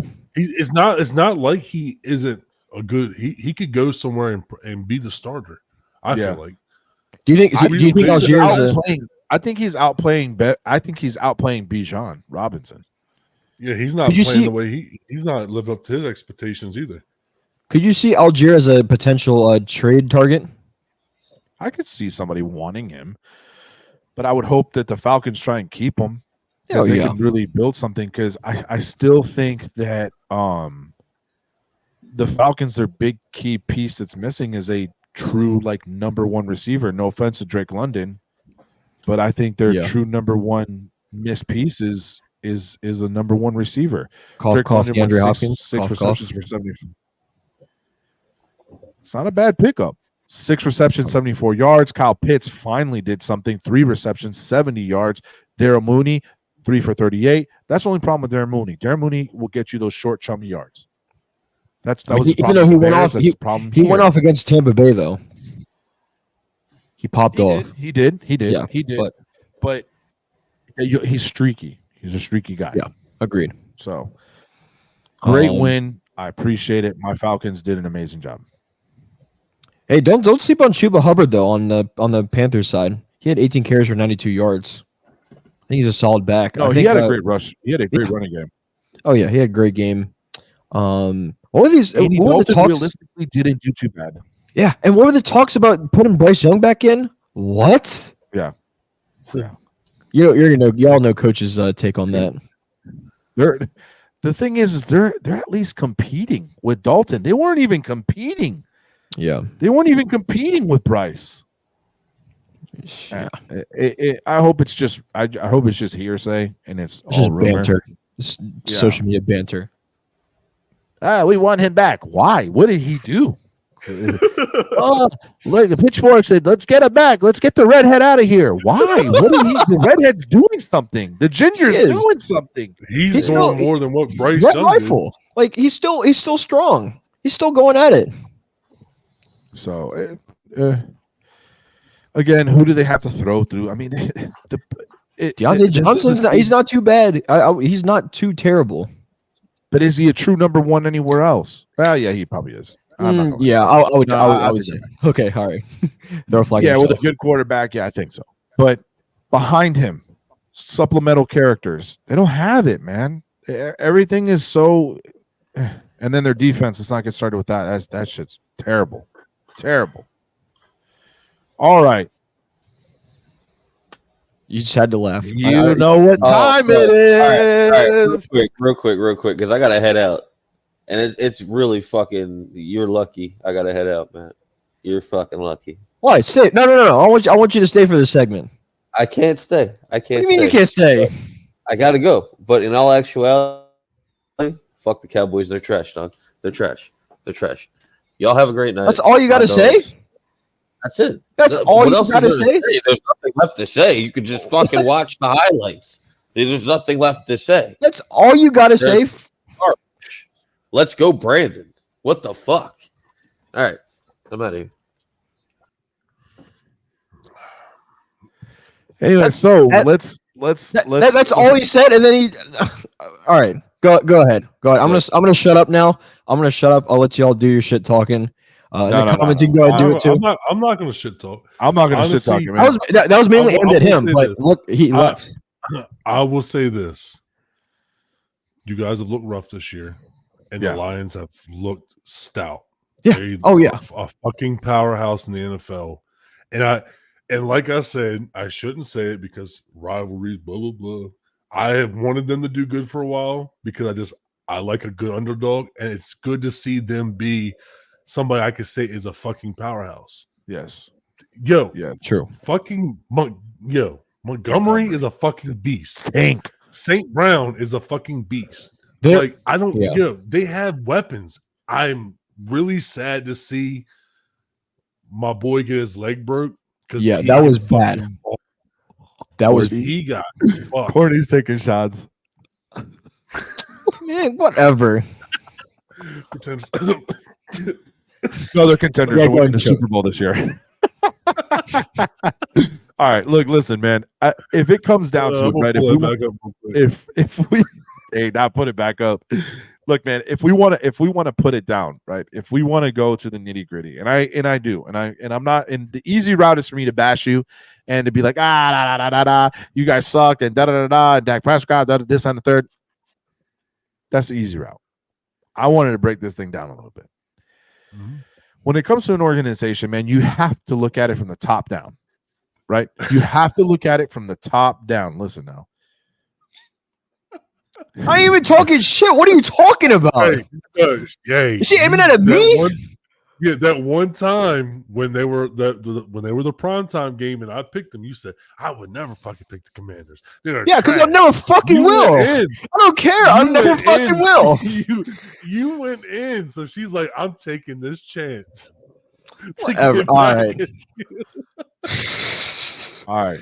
Let's break it down. She warned me. Let's break. It was coming for your ass. She did. All right, let's break it down. And then I got a couple things to say. So let's break it down. Let's break this down, right? So if you look at an organization, man, you have to look at it from the top down, baby, right? This shit starts with Jerry Jones. Okay? The man's ego is bigger than his own team, which I thought was impossible. You're a Dallas Cowboy team, America's team. Your ego is bigger than this team. We have the take. Can you please play it for us, sir? The man is delusional. He lives on an island of delusion. Wake up, sir. Okay. This is unreal. You cannot do this. This is not your No, go ahead. This is not your job. Your job isn't to let me go over all the reasons that I did something and I'm sorry that I did it. That's not your job. Well, my job is to ask why. Job, or I'll get somebody else to ask these questions, man. Jerry, we're trying to figure out why the team is. I'm not kidding you. I'm not kidding you. You're not going to figure out what the team is doing right or wrong. If you are, or any 5 or 10 like you, you need to come to this meeting I'm going to today. There are 32 teams here. You're geniuses. Jerry, okay. Y'all really think you're going to sit here with a microphone and tell me all of the things that I've done wrong and without going over the rights? Jerry, that is their job, actually. I'm going to take it off from right here because those poor guys right there, they are paid pretty much. They are the fan team of the Dallas Cowboys. I think it's 105 The Fan or something like that. So they have Jerry come on, and I'm just painting this picture for y'all. They have Jerry come on every week, and then they ask him questions. Well, they asked him some tough questions because they just got beat to sleep. Jerry didn't like that. On his 82nd Jerry is birthday. essentially On his 82nd birthday. on his 82nd birthday. He did not like that. He is essentially trying to hush them now. Are you kidding me? You're questioning me? I will find new people. You will not be here because they ask you tough questions because, man, the fans are tired of it. Every year's our year. Bullshit. Every year's our year, right? Let's roll it down a little bit. Mike McCarthy, what a joke. The dude won one Super Bowl with the Green Bay Packers, and he had an amazing team over there. Trust me, I was in a household with Bears fans. I had to deal with Mike McCarthy and his stupid Aaron Rodgers for years. Aaron Rodgers dominated the Bears, and my dad absolutely hated them. I had to hear it all the time. But Mike McCarthy could never put it together other than one time. He is over here, and he is running a mediocre-ass coaching to a team that on paper should be good. Listen, I get it. The easy option is to go after Dak Prescott. Oh, we paid him all this money and he's not doing anything. Look at the play calling. Look at who they brought in. Ezekiel Elliott. Who the hell? Why? CeeDee Lamb is out there on an island. How much can the man do? I am not a Cowboys fan. Ravens all the way. Falcons all the way. But man, to come after Dak at this point, I get it. He didn't play great. He is getting paid. Blah, blah, blah, blah, blah. That's the easy option right there. Jerry Jones, Mike McCarthy need something to happen. He needs to step down. That take on the radio is a bad look. That take with him talking about a dude's penis with Jimmy Fox is unreal. What is going on over there? It's Jerry's world. No shit. God, bro. Chill. That's my take on it, dude. Listen, hey, I told you it was going to be a different take. And I'm not going to sit here and bash your team because they did it themselves. I mean, I'm sorry. But no, you're right. You're right. That's the take, man. He's the downfall of your team. Just saying. You got anything? Anything else? I just think he's the downfall of y'all's team right now. I don't know, man. I want you to talk about your team. You know better than all of us. Well, before that, I want to talk about the Lions first because the Lions look like a damn. They're Super Bowl contenders. I'm sorry, E, I know you don't want to hear that, but they're exciting to watch. They are contenders. Oh, no, they are contenders. They're so fun to watch. I am not in denial, dog. I am not in denial at all. They are a powerhouse. Contenders. Yes, and I have lots of respect for Dan Campbell. Dan Campbell does a great job up there. He has basically built this team from ground zero. Yes. Super. Agree. Can we all agree on that? I love him. Love it. I love it. He's a great. He should be winning Coach of the Year every year. So if he doesn't win Coach of the Year this year, what'd you say? And I'm happy for Jared Goff. Thank God that this is his resurrection. They had washed him out. They had washed him out. And then when he first originally got traded to the Rams, Stafford was doing better than him. And everybody's like, oh, it was, look, it is true. He's washed up, all this stuff. Now who's laughing? Stafford ain't doing nothing. Last 2 years, Jared Goff has popped off. David Montgomery, a freaking tank. A freaking tank. Yeah. The receiving core, I love it, man. It's all over the place. You got Gibbs. You got Montgomery running the ball. What I love about this receiving core, outside of Amon St. Brown, all these other guys, they're not no crazy superstar. It's a great team. I want to talk about you. I want you to talk about your team, though. Well, a couple more things, too. That whatever design play with Sam Laporta, they threw it back like 3 times. That was a great design. The Cowboys defense looked like dog shit for that, and I was even having nightmares about it. That was a great design play. The fact that they have so much to dig into their playbook, is just. I thought it was really disrespectful towards the end. Started lining up linemen to catch that. Can we agree on that? This is disrespectful as fuck. I forgot about that aspect. Because I remember you wanted to bring that up. I did want to bring that up. I don't like. I think it's cool that they did it once. They did it once with that big boy, and they tried to do a little play with him. But they did it a few times where they lined up linemen as wide receivers to try and get them involved. Listen, it's cool, but it's super disrespectful. Like, here's the thing. Here's the thing too. I'll let you finish after that. They did it because they're trying to stick a middle finger up to Dallas after what happened last year and that Saturday night game before the season ended. That's the whole reason why they were doing it. I know I can say that for a fact. Yeah. Go ahead and finish your thought. I think, but at the same time, after thinking about it, bud, it's Dan Campbell. The man goes for it on fourth down. He has no respect. He doesn't care about the opponent. He doesn't give two shits. He doesn't give two shits, which I do like as a coach. Like, that's like a freaking dog. You know what I'm saying? Right. It'll be 4th and 2 on his side, and he don't care. He's going for it.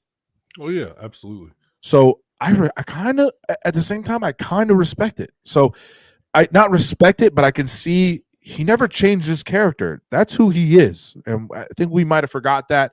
But I do think it is a little much to keep doing what he did. Yeah, but to do it more than once, is just kind of just, it's completely disrespectful. Yeah, not a little. It's a lot disrespectful. You're good. But you guys, and while you do that, I'm gonna give your take. Yeah. I'm going in. I'm gonna kind of do what Coach said. I'm gonna start breaking it down from top to bottom. Starting with Jerry. I saw that today, and I was like, what the fuck? What the fuck is this guy? This guy is like, I don't know if he's on drugs.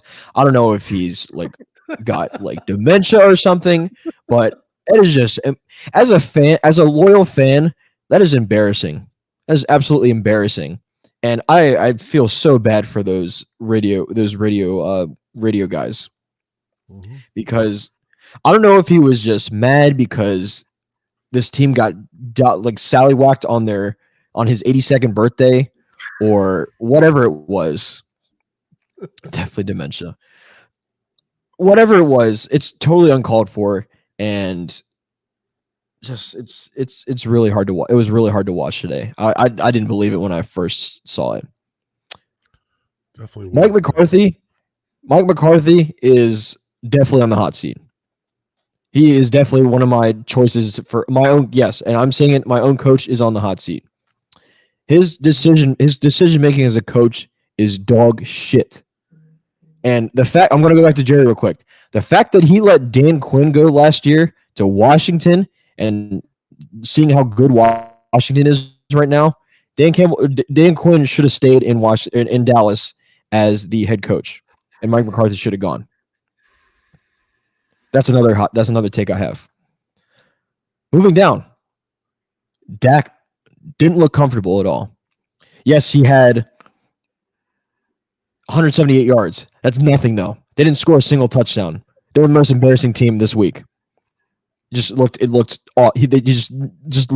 team just looked like a huge clusterfuck. The only thing that kept us afloat was Brandon Aubrey. He has a golden leg, and I'm so blessed that we have him. He's the best kicker in the league right now. He's a fucking beast, man. He is. No, I totally agree. He's a beast. Dak's decision making, those 2 picks that he had, I almost I kid you not, I almost karate chopped my TV, because that is just piss poor. That's just not like Dak. He hardly throws interceptions, and you can. I'm sure I'm gonna get bashed about it, but he doesn't make easy mistakes like that. He threw into double coverage on that first one in the end zone, and the second one, pretty sure he threw into triple coverage. Like, come on, man, that's crazy. CD, talking about Zeke. Jerry's saying that we're saving Zeke. What the fuck are you saving him for? You brought him back for a specific reason. I don't care if he sucks or not, but you got to use him. There's no running game. The running game is non-existent on this team.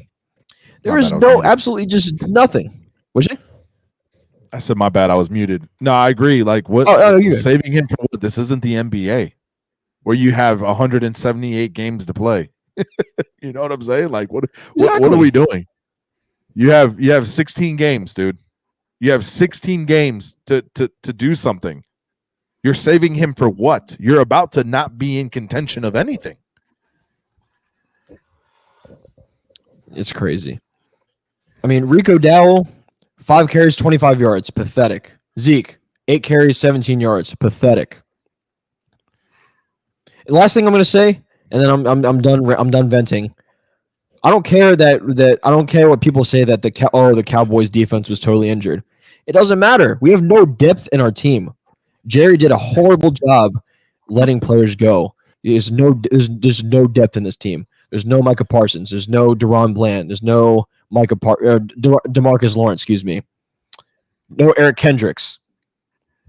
Okay. You know what I liked? Yeah, you know what I liked about when Dan Quinn was a head coach with the Atlanta Falcons. That was like his big thing. Next man up. Exactly. He would always, when he was the head coach at Atlanta, next man up. And they rode with that. And that's why we made it to the Super Bowl. I mean, granted, it was a historic loss, but it was the next man up mentality. It's not just the starter, it's the guy behind that. And you can see it on your team. You're absolutely correct. Did we talk about Hutch? What was it? Hutch that got hurt? Aiden Hutchinson. Yes, Aiden Hutchinson. That was a gruesome injury. Monster, dude. He's a monster. That is a terrible. Hate to see it. Hate to see it. But I'll tell you what, though. I'll tell you what. He is an animal, but I'll tell you what. Their defense is going to be. I think their defense is going to be just fine. They have a bunch of. They have a step up. No. I don't think that. Yeah, I don't think that that's going to like shatter their defense. But that man's a fucking animal. I love watching him play. So, yeah. So, but yeah, I mean, my prayers go out to him. Broken tibia. That's gonna be a long recovery. Yeah, but I don't know if this is gonna be clipped, but if it's down there being played, man, it is not a nice hit. That his leg. If you didn't see it, imagine a pole and your leg wrapping around it. His leg wrapped around it. It looked like it was made out of rubber.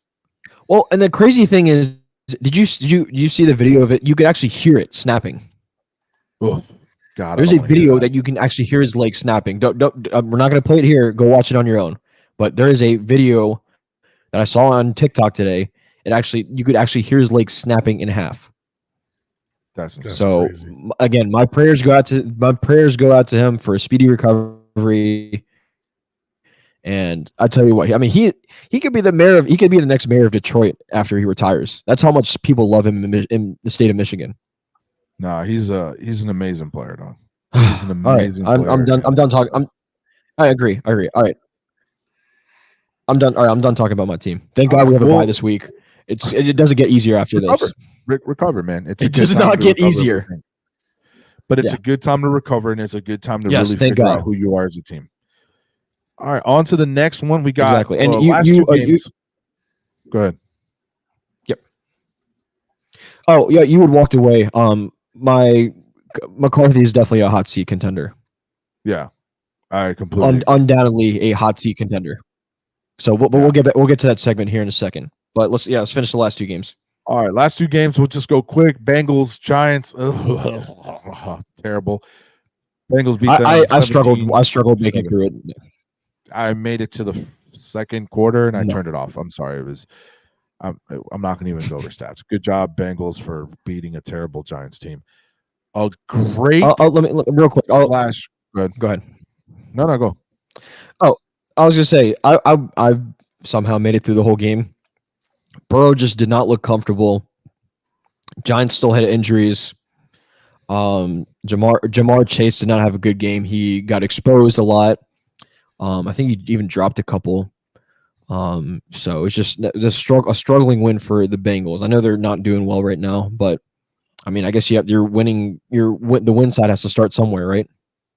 Yeah. So, I guess that's all I got to say. I guess. Good job. I guess. Yeah. All right. So last game, we got the Bills and the Jets, man. This is another game, just like I don't know where Deuce is coming from talking about. That's why I was trying to be polite. That is not a comfortable win to beat the Browns. And this is not a comfortable win to beat the Jets. You barely squeaked by. I saw some Bills fans out there talking, oh, yeah, dude, you congratulations, you beat a bad team that just lost their head coach. Just fired their head coach, should I say. They have nothing really besides, Right. I mean, Brees Hall's good. We can't say he's not. No, Brees Hall's good, and Lazard was doing his thing. He kind of popped off this game, but he hasn't really done much. Lazard has always been a consistent wide receiver. He's not like your go-to, but he's consistent. He's not your number one. He was consistent in Green Bay. Yeah, he's a good 3, a slot 3, maybe a 2. Well, now he's going to be a 3 because with Davante Adams coming in. Yeah. It was a dumpster fest of a game. I believe there was 22 flags called that game, over 200 yards of penalties. That's pathetic. Some of them unwarranted. For TikTok, hopefully play you this one. That sack on Aaron Rodgers that they called roughing the passer was the most garbage call I have seen, and we've seen some this year. It was a clean sack. Take him down, sack. They called roughing the passer to the point where you even see Aaron Rodgers stand up and not mumble, but word the words to the defensive player for the Bills and say, that was not rough. My hat goes off to him because then he doubles down and at the press thing, after the game press thing, conference, he goes down and he says, that was not roughing the passer. He goes, that was not a roughing the passer call. That should have been called. That's insane, dude. Like, what are we doing? Some of these ref squads are ridiculous. yes. Now, at the same time, the corners for the Jets were very physical. And they were hitting these dudes before, and some of those calls were definitely warranted. I agree. But some of these calls were not. So Yeah. anybody got any takes? Aaron Rodgers with another Hail Mary throw, the king of Hail Mary throws. Yes. Oh my gosh! I mean, that's if anything, that's going to be great on his resume when he retires. Mm-hmm. That's something he can like. I think it was 52 yards. Yeah, 52 yard bomb. Yep. Adrian Hill, he was the ref last night. He is notorious for his team is notorious for calling just unwarranted, just throwing flags for every little itty bitty thing. It needs to change. Be reevaluated. It needs to be. Something needs to happen. Something needs to happen. You can't keep going on like this. Let's just have a conversation, dude. Hey, I'm Roger Goodell. I'm your boss. Let's talk. True. 22 calls. It was if it wasn't such a good game, it was almost tough to watch. Because for every positive play, bring it back. Bring it back. Bring it back. On the Bills side, no James Cook last night. Ray Davis made up for it. He had 20 carries, 97 yards. I still don't. I mean, well, now that the Bills, these two teams totally they kind of amped their offense. If you didn't hear it, our last piece of breaking news: Bills acquired Amari from the Browns in exchange for was a third and a stick. Not a great pickup, man. No, let's talk about this Amari Cooper. But let me hold on. Go ahead. But he had Watson thrown to him. Yeah. But who in the fuck do the Bills have? That's an upgrade from what they got. That's true. Let me finish my take real quick. He's not an elite wide receiver like he once. Right? No, definitely. When he was with the Cowboys, for example, he did catch for 1,200 yards last year. He did, yeah. He can at least produce the same, if not better, than Shakir. Oh yeah. Let me finish my take. Let me finish my take real quick. Josh Allen, 19 for 25, 215 yards, 2 touchdowns. After last night, still was not convinced that he was going to be. He's a solid quarterback. 215 yards is not too great. It's not. It's not terrible, but it's not. Remember, everybody was ready to crown him the beginning of the year. He's not. He has no one to throw to. It was ridiculous. They're all talking about how great he is and how he's an elite quarterback. Bro, they played the Cardinals, the Dolphins, and the Jaguars their first 3 games. Then they play the Ravens, get smacked. Then they play the fucking Texans, get smacked. And then they almost lose to a terrible Jets team. Overrated. Please stop the MVP calls for him. It's not happening. For fuck's sakes. I mean, I will say this, that if he doesn't produce, they're losing everything. He has to produce. Oh, no, yeah. I wouldn't say MVP. No, he's not MVP. Now let's move on now. They pick up Amari Cooper.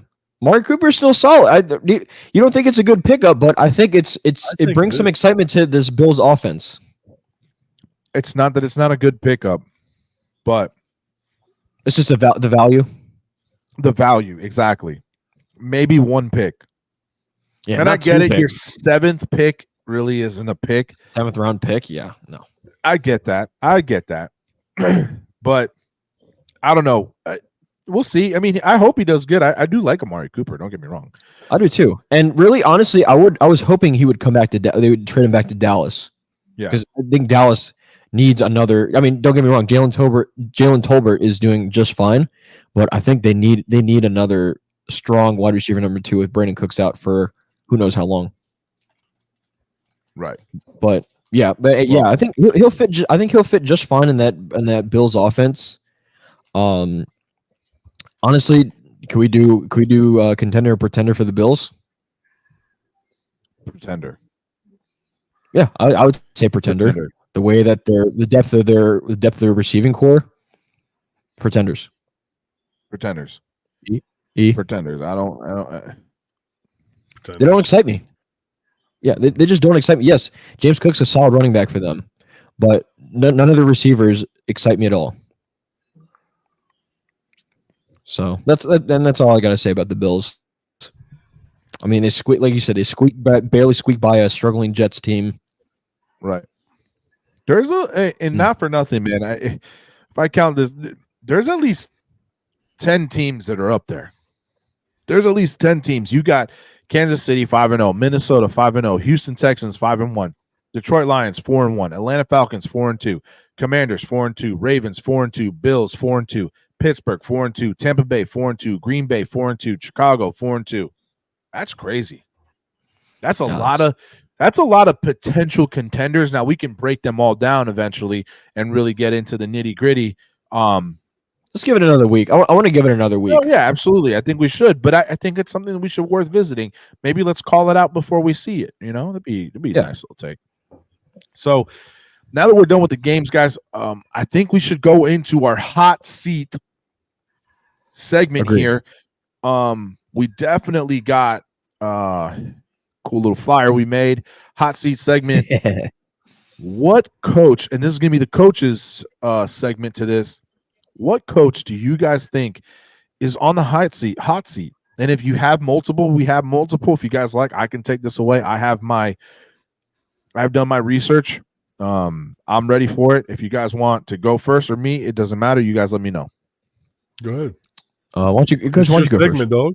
All right. It's your segment. Yeah. Sean McVay, get him out of here. You have run your course at Rams. Yes. I didn't even have him in my mind. I didn't even have him in my mind. That's interesting. You know what? He can come to Dallas. I'll take him in Dallas over Mike McCarthy. Bring something fresh. That was not a take that I thought, bro. I did not. Yes, that is true. I did not see that. I did not see that coming. Yes, Courtney's right. You came off the bat hot. Hey, if you're in the if you're still in the chat, by the way, if you're still in the comment section, let us know what's your hot take. Who's on the hot seat right now?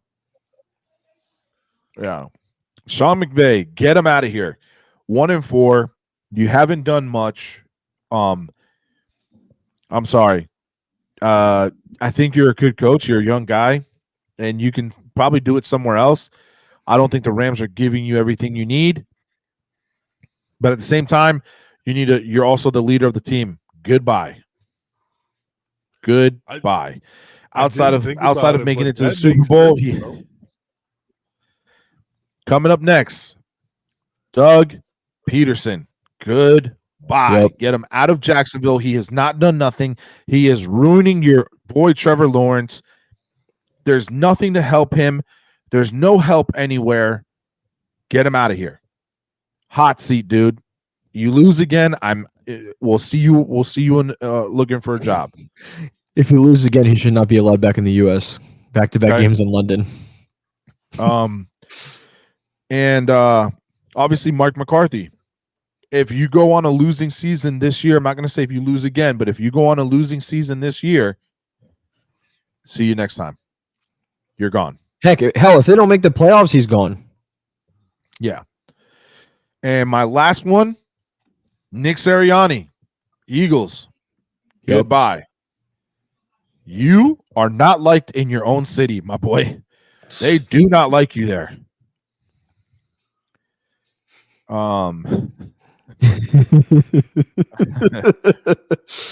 That's crazy. Your own fan base doesn't like you.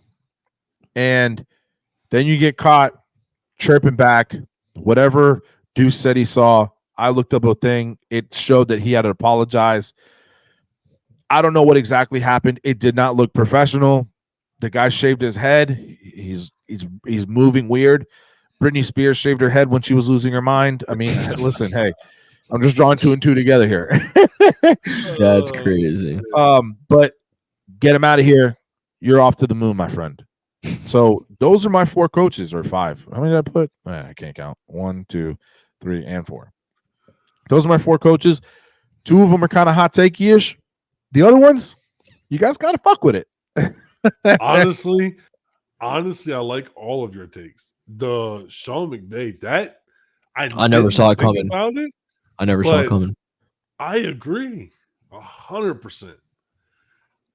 The only one I had was Doug Peterson. He absolutely. I mean, you have a talent like Lawrence, and you're not doing anything. You're not putting anybody around him. You're not making smart decisions. You're not utilizing them correctly.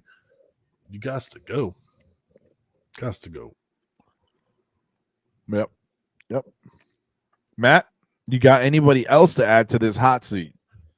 I mean, you told all mine already. Yeah, he all took three our of us. only one. Yeah, I was gonna say you took all of ours, so we should have gone first, and then let Coach come in last with. It's all good though. You know, it's all good. Doug Peterson. Listen, needs to go. I thought about it. I thought about it long and hard, man. I really did. I was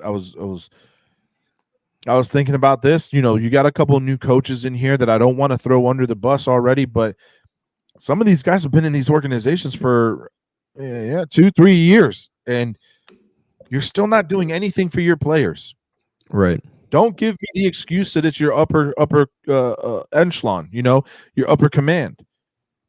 You are the head coach. You have the last say on that team, I would hope, if you're not a part of Jerry's world. Yep. So mine's Doug Peterson. I say if he loses against the Patriots, he's done. Mike McCarthy. If they don't make the playoffs this year, he needs to get out of there. He needs to get the fuck out of Dallas. Enough said. That's just his coaching decision. His decision making is probably like it's awful. And what were you gonna say? I think Doug Peterson is the most on the hot seat. I think if he loses another game and they go 1-5, I think he will be gone. Yeah. Oh yeah, 100%. They'll get back from London and he'll be fired once he gets off the plane. I'm gonna throw one more curveball in there. Kevin Stefanski, Cleveland. How long has he been there? That was one of He's the only been ones- there for 3, maybe I think 2 to 4 years. He came from us. Yeah. He was a great offensive gotta go. coordinator. Yeah, I think he's got to go. He should have stayed offense coordinator. He's Get not- him out of here. Get him out of here. So He was great. He needs to go back to what he was good at, like these other head coaches that try it that are good offense coordinators. shit, he could come. That's what you're good at. Stay with that. You're not head coach. It's Right. different being a head coach. You could be good at fucking one side of the ball or other being a coordinator, but it takes a special person to be a head coach. Look at Dan Quinn though. Well, I guess Dan Quinn's done it before, but he's doing great right now. Yeah, and that's what I'm saying. But like KOC, he's an offense coordinator and a head coach, Yeah. but he has he builds a culture. It's different. You have to build something. You have to build something that people are looking forward to playing for you for. Right. Some people just don't have that. You could be a good coach and not be a good head coach. Agreed. So, yeah, for me, Doug Peterson, Mike McCarthy, Kevin Stefanski. Those are my three. I ain't mad at any of them. I mean, they're all good. They're all great. They're all great takes. Yeah.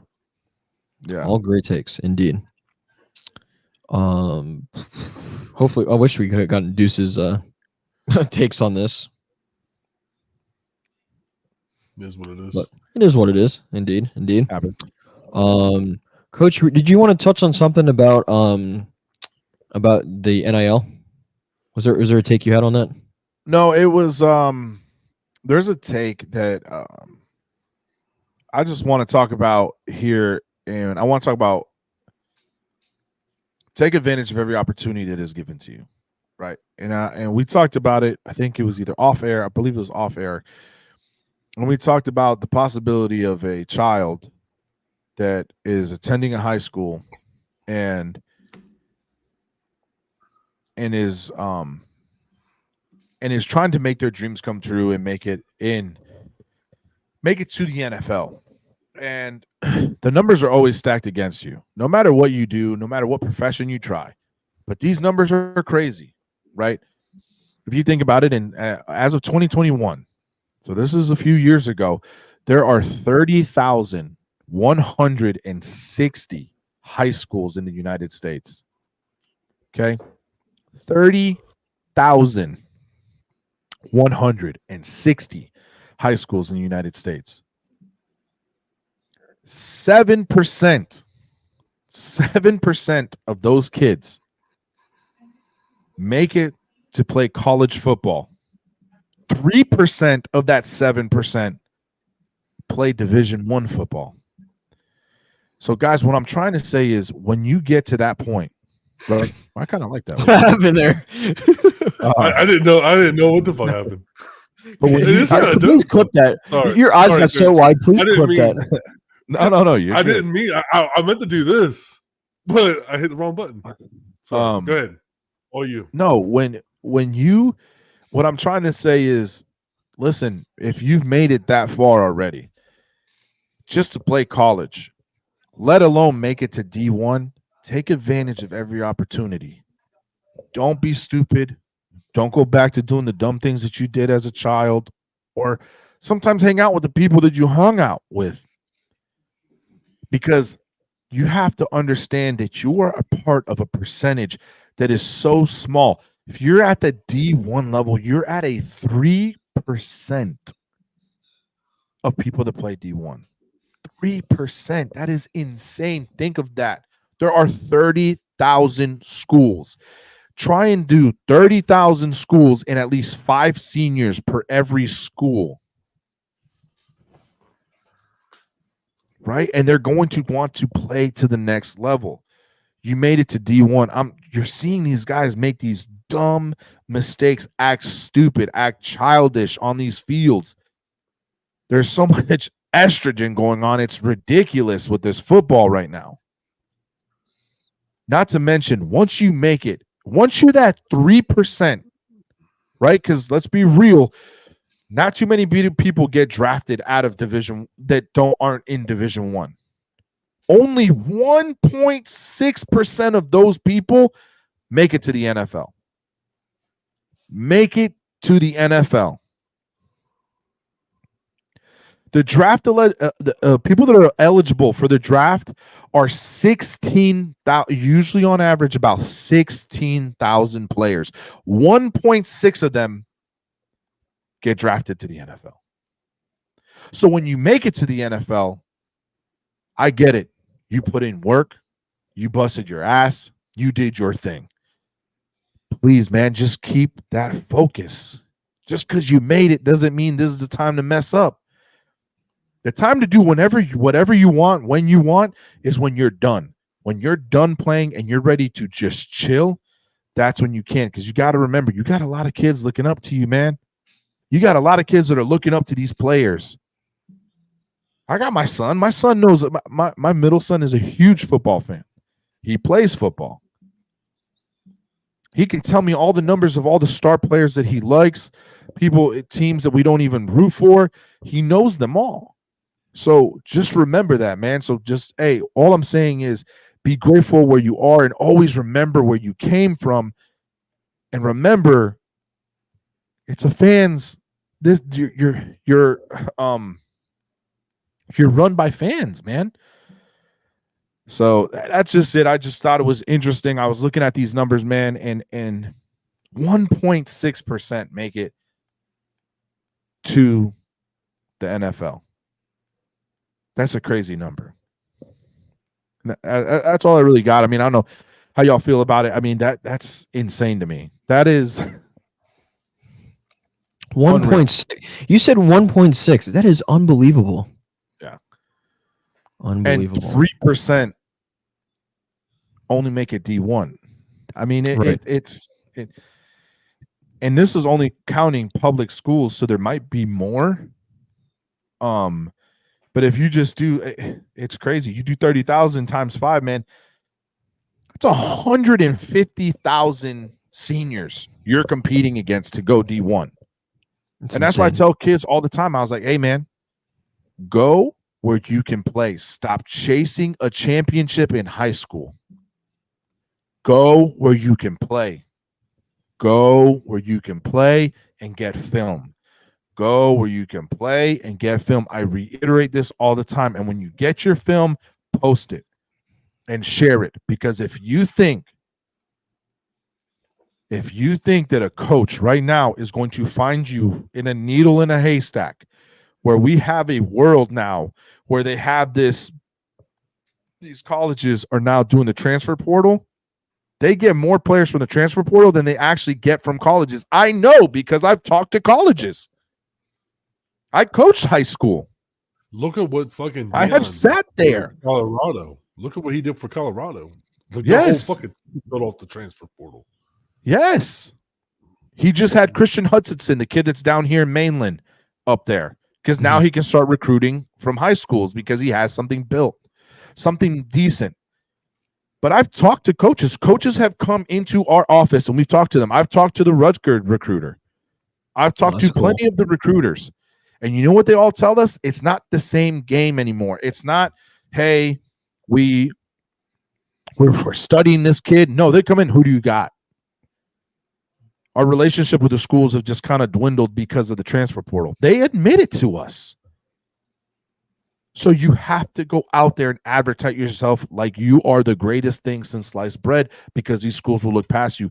Please, man, I'm not trying to make y'all feel some sort of way. I'm just trying to look out for y'all. If you guys want to play at that next level, if you want to go to college and you want to get it paid for, you need to advertise yourself like you are the greatest player. Get somebody to make you some good highlights. Use your Huddle account, right? Use Quick Cuts, whatever the hell your school is using, use it and post it.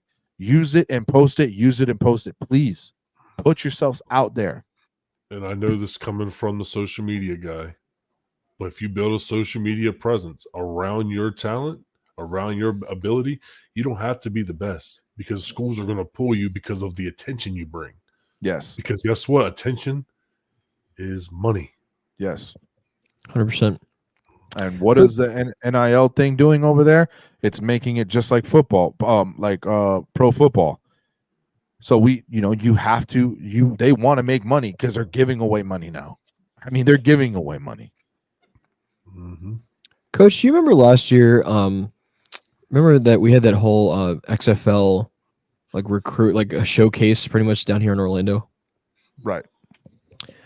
That was really interesting because after the game, or after the showcase, there's a bunch of players going around with their business cards. They made business cards. They made little flyers. They even gave all of us their social media handles.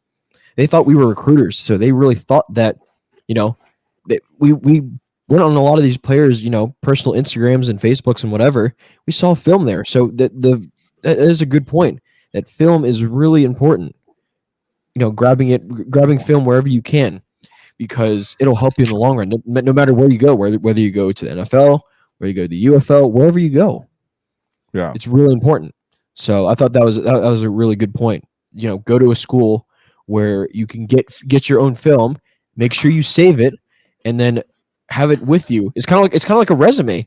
You're building that like a resume. Yeah. You're having essentially. stuff to back you up. Exactly. You have to sell yourself.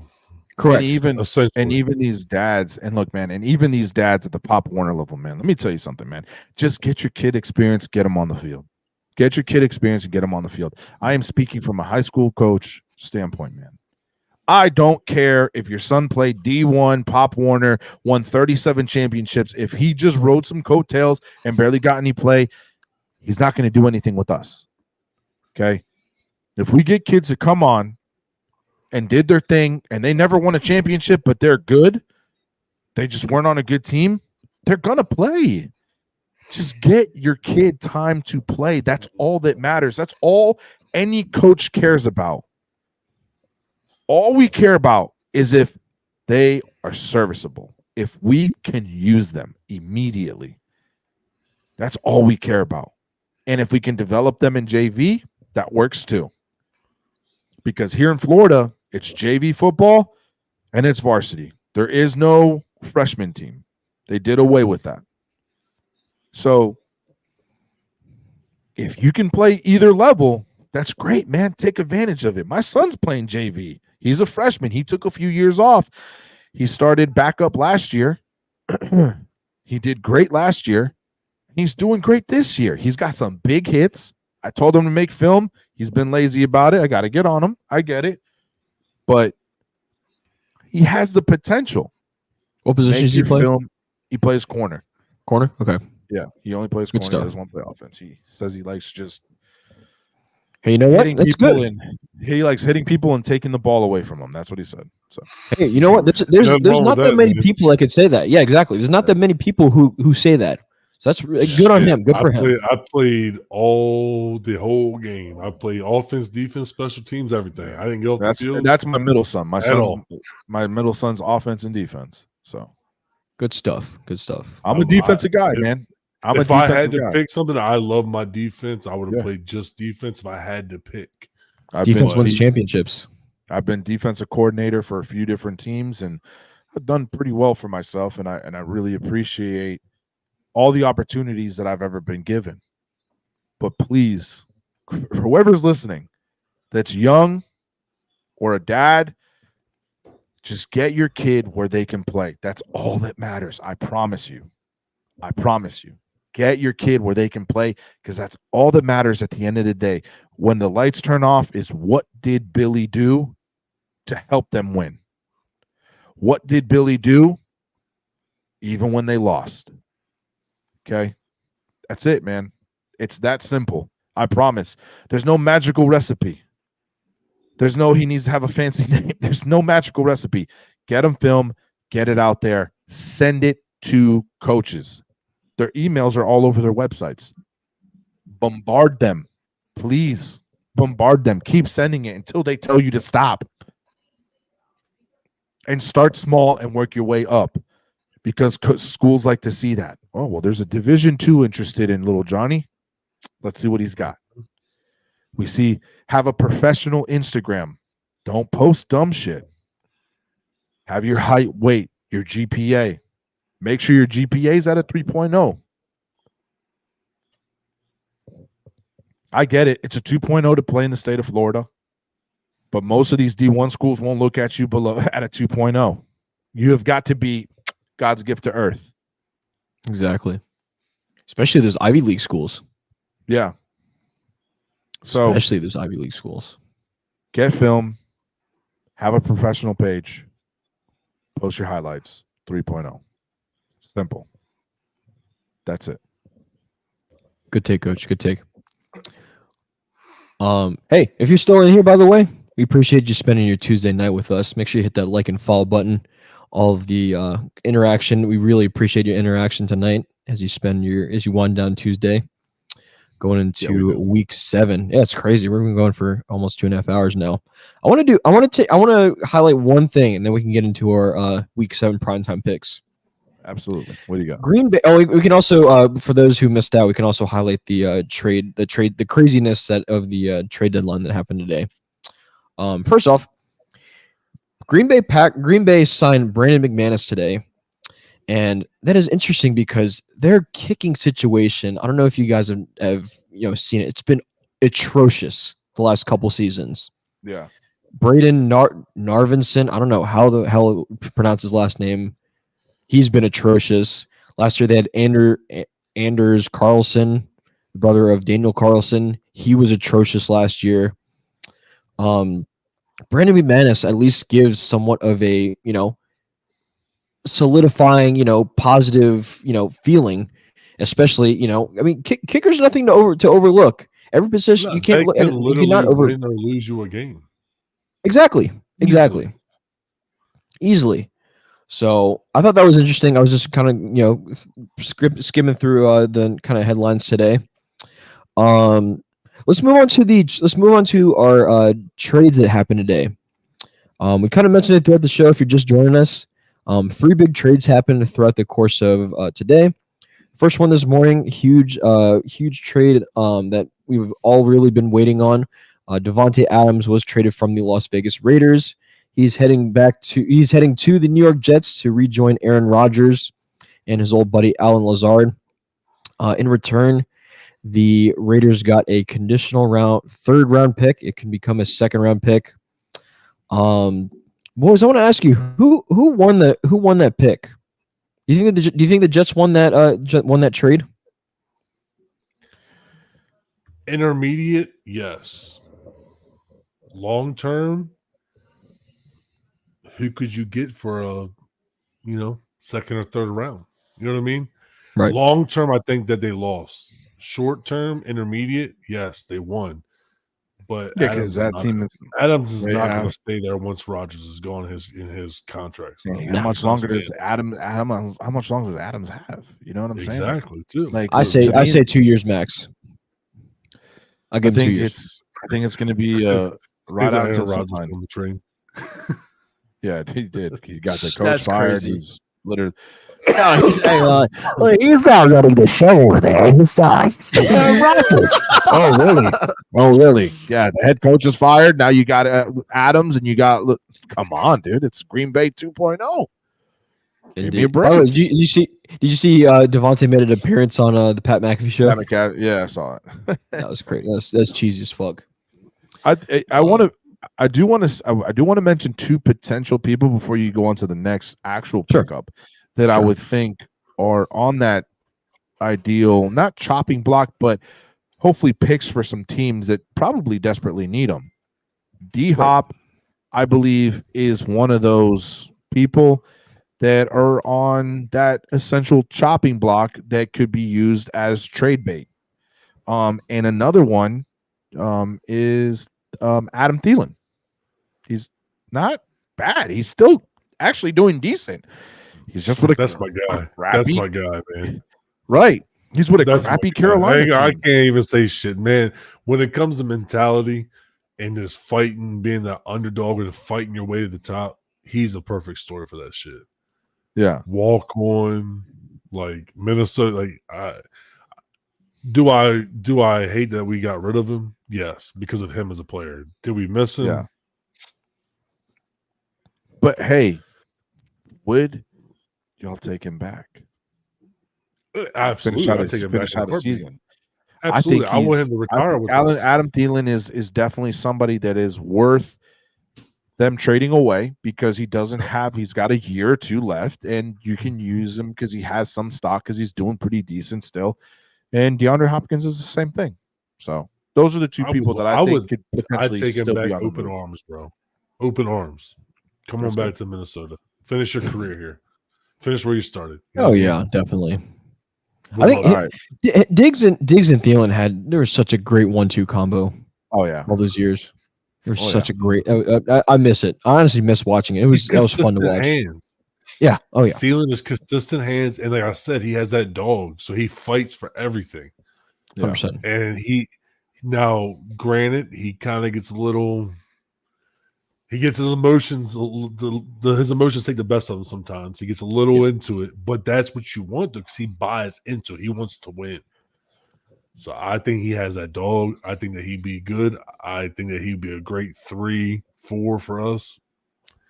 He's not taking Addison's spot. He's obviously we already know he's not taking Jefferson's spot, but he would be good to come in and be another threat to hand. Because like I said, he's got consistent hands.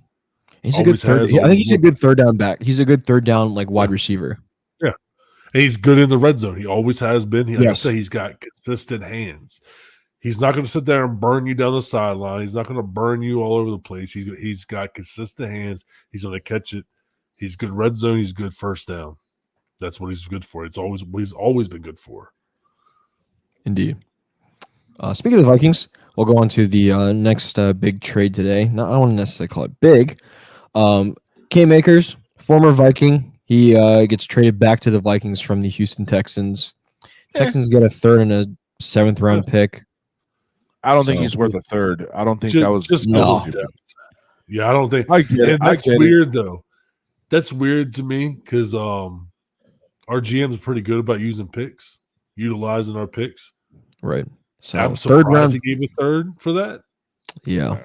That's a little. I didn't like that one. That one. Yeah, I don't like that was a lot to give for somebody like you said. After doing my research, I was like, yeah, I don't know about that one. But hey, it is what it is. He gives us depth, and that's it. With Jones being where he's at, but I would have not given up a third for that at all. No, definitely not. By the way, how long is Jones looking? He's going to be out for? Is he kind of just day by day? The last time I read it was he should be good after the bye week, but I haven't seen anything new. I have to do some research. Got it. I'll bring that. Yeah, sure, for sure. Last big trade that happened today.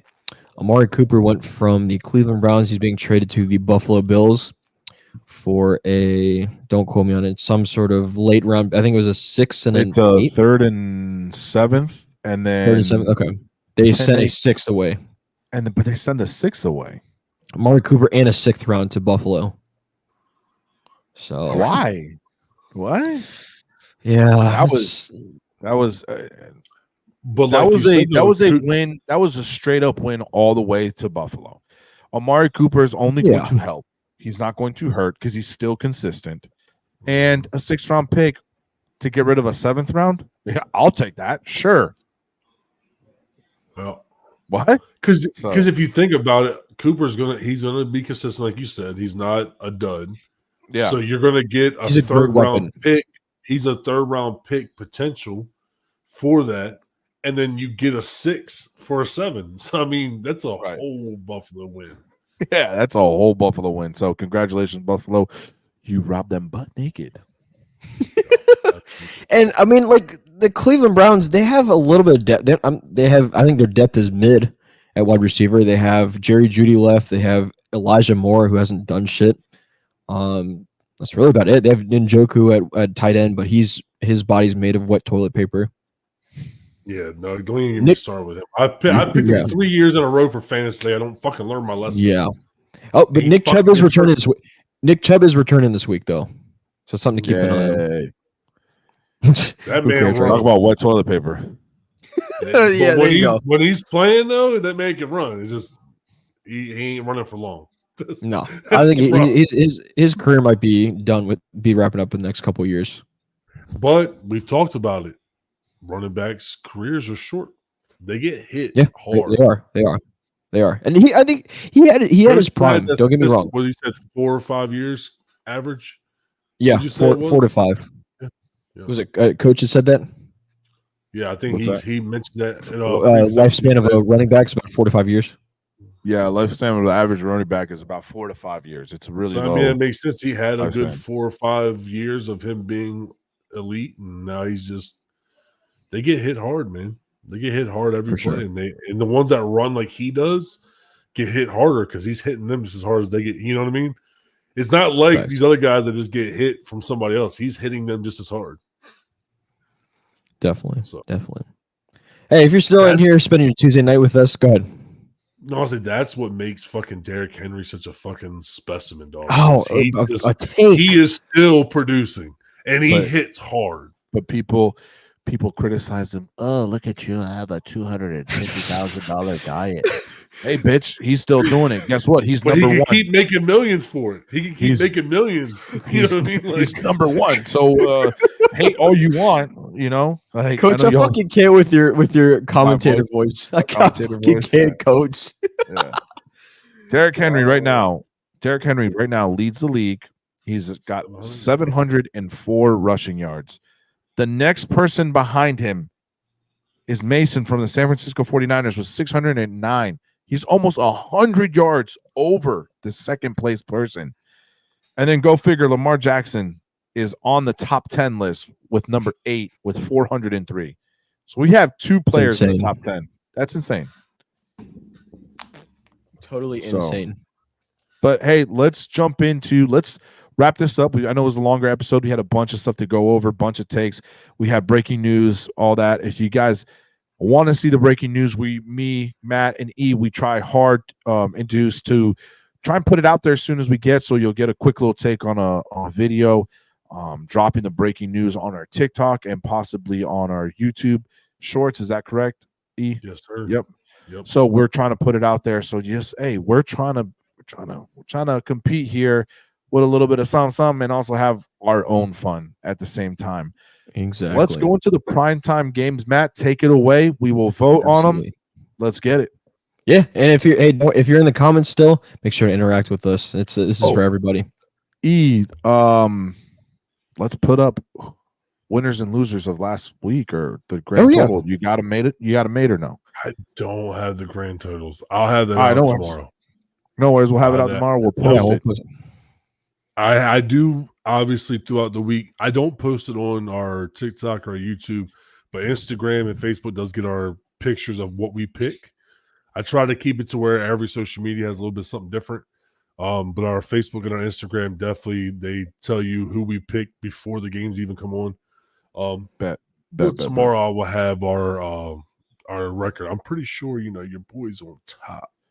If I'm not mistaken. Yeah, no, I think Me and y'all Coach two are- been going at it. Me and Coach Hey, you know what? going You at know, it. I've been coming at it. I haven't been doing too bad though. I You made your don't know recovery. why I chose Seattle. I'm not gonna lie to y'all. No, I don't know. I know why. No, I am serious. I don't know why I chose Seattle. That was a mistake. After I was watching the game, I am literally listen. I'm sitting there watching the game, and I'm cheering for San Francisco. I was like, yeah, all right, we're gonna win this. Da da da. And then that's when I messaged you guys, and I was like, hey, who did we pick? And then when Matt I says, said, yeah, yeah. you picked Seattle, and I was like, oh shit, why did I do that? I was like drunk. Hey, you know what's crazy though? We've said all we said about Geno, but I looked up some stats, and he's actually leading the league in passing yards right now. Yes, Congratulations, you're not doing good though. Anyways, not He's getting by beat. much He's though. getting beat with the Not most by much, yards. though. Not by much, because you know who's behind him. Yeah, You know, Purdy. Fucking No, Purdy. is it? I'm pretty sure it is. No, I Or don't is it think who? so. Who I is thought it was. I thought it don't was have it Dak pulled- Prescott. I thought it was Dak Prescott. My laptop fucking crashed. That's why I had all my stats pulled up at. Oh shit. Yeah, I'm pretty sure it's Dak. Let's see. Hold on a second. Anyways, he let's- pulled it. Yeah, let's get into these. We'll kind of highlight that when we No, get it's to it. Purdy. It's Purdy. Is it Purdy? And Okay, then all right. Dak. I misspoke then. It's 1,778 yards for Geno. Then you got 1,629 with Purdy, and then 1,602 for Dak. and Which Kirk that goes to show you. That goes to show you, though, bro. Oh, here goes Just 'cause Coach you can again. pass don't mean you're gonna win games. You know why? Yeah. Because defense Yeah. wins the fucking games. Kirk swag and Go. serve Cousins at number 4. Dog, And then let's Joe go. People Burrow. sleeping on And Kirk then Cousins. Joe Burrow, bro. Then Joe Burrow's up What? there. Like, that's Wait. crazy. Joe Burrow's number 5. Yes. Yes. What? CJ Stroud, Lamar Jackson, Baker 1,578. Mayfield, Oh my Jaden god. Daniels, Aaron Rodgers, Daniel Jones, Trevor Lawrence is actually kind of high. All right, let's get into this. Let's get into these picks. All right, we got 5 primetime games this week. Again, we got 2 Monday night games. We all know how we feel about the 2 Monday night games. Dumb as fuck. Let's start on Thursday. We got some people say this is going to be a good game. I personally think this is going to be kind of a trash shoot. We got the Denver Broncos 3-3 visiting the New Orleans Saints. It's in New Orleans. Why? I want to start with you. Why do they keep putting the Broncos up there, bro? That's They what I'm ain't- saying. Prime Who time. wants to watch this? Nobody. That's Oh, what you I'm gotta- saying. I'm Who you got? So I'm gonna go Saints. I don't even Saints. want to pick either one. Like this is gonna be It's such a fucking horrible let's- game. Wait, Let's roll the wait a dice. minute. This place It's is worse on trash. the other side. No, it gets worse. The next game's even worse. All right. Oh, I know. I'm Coach, just saying, you're like rolling dice, bro. Like, who's gonna play the worst game? Saints or fucking Broncos? I'm gonna That's go what with I'm saying. Saints and playing a better game. Oh, that's Coach. that's a Sunday night game. My bad. No, I'm going Saints. yeah, I'll go. I think this is a game of Saints bounce back. I mean, Spencer Rattler and Bo Nix. I mean, I think Spencer Rattler plays a little bit better than Bo Nix right now. I think Saints defense will. Do you like this filter or something? I'm just switching around. Okay. All right. Cool. No, you're good. Comes You're in on good. my beautiful face. Keeping it That's right. fresh. I zoomed in right when Coach was yawning too. We got a nice little. Yeah, I think Rattler plays a little bit better than Bo. He's playing Not better than the Bo Nix right face, now. bro.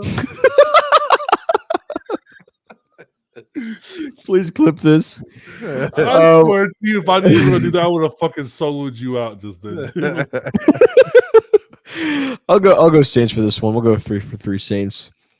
All right, Sunday morning we got another London game. We got the Jacksonville Jaguars still in London. This is gonna be an awful game. Visiting the New England they host the New England Patriots in London. This is gonna be a crapshoot. This is gonna be a dumpster fire, a shit show, a clusterfuck, whatever the fuck you want to call it. Can we flex Coach. some games, please? Yeah, I'm going to Patriots. E. Patriots look good with what's his nuts? with Drake May. Yeah, he looked pretty decent. I'm gonna go Patriots. They did I'm gonna good go. they did good against a stout defense with the Texans. Yeah. The Jaguars have just struggled all over the place. They struggled to I'm put gonna points go up. Patriots though. All right, so I got two Patriots. Another I'm gonna go. fucking roll the dice shit. That's what I'm Roll it saying. again. Who Another plays- roll the dice shit. Who plays the worst game is gonna. I know, like the primetime games are doing so well in terms of the matchups, all up until this week. Now it's starting to be a crapshoot. I'm gonna go Jacksonville. I'm gonna go Jacksonville with this game. I think Doug Peterson has hurt us. I think he is on his hot seat. I think he survives one more week. I think they can't go. There's no way they go 0-2 London. So I will go Jaguars for the upset. Yep, for the hot seat. Even though sorry, it's not technically an upset. Jacksonville's favored by 5.5. Yes, they're favored by 5.5. Sure. Sure. I will go Jacksonville. You believe those Vegas motherfuckers? I'm going Patriots. Bullshit. I don't believe them biggest I'm going fuckers. Patriots. All right. They might know the script though, so I might be Another fucking dumpster smart. fire game. Here we go. Yes, Sunday night is another dumpster fire. It's getting worse and worse. We got the New York Jets with a newly added Davante Adams visiting the Pittsburgh Steelers. I don't know how the Steelers get another Sunday night game. Don't ask me how. This should be pretty easy for us. Is Adams even going to play? I mean, it's still fresh. I mean, we're talking. That's No, true. he'll play. You know, yeah. Rogers like, yeah, you're playing. You're playing. Yeah, exactly. You'll be like, hey, let's just here we go. Ready? All right.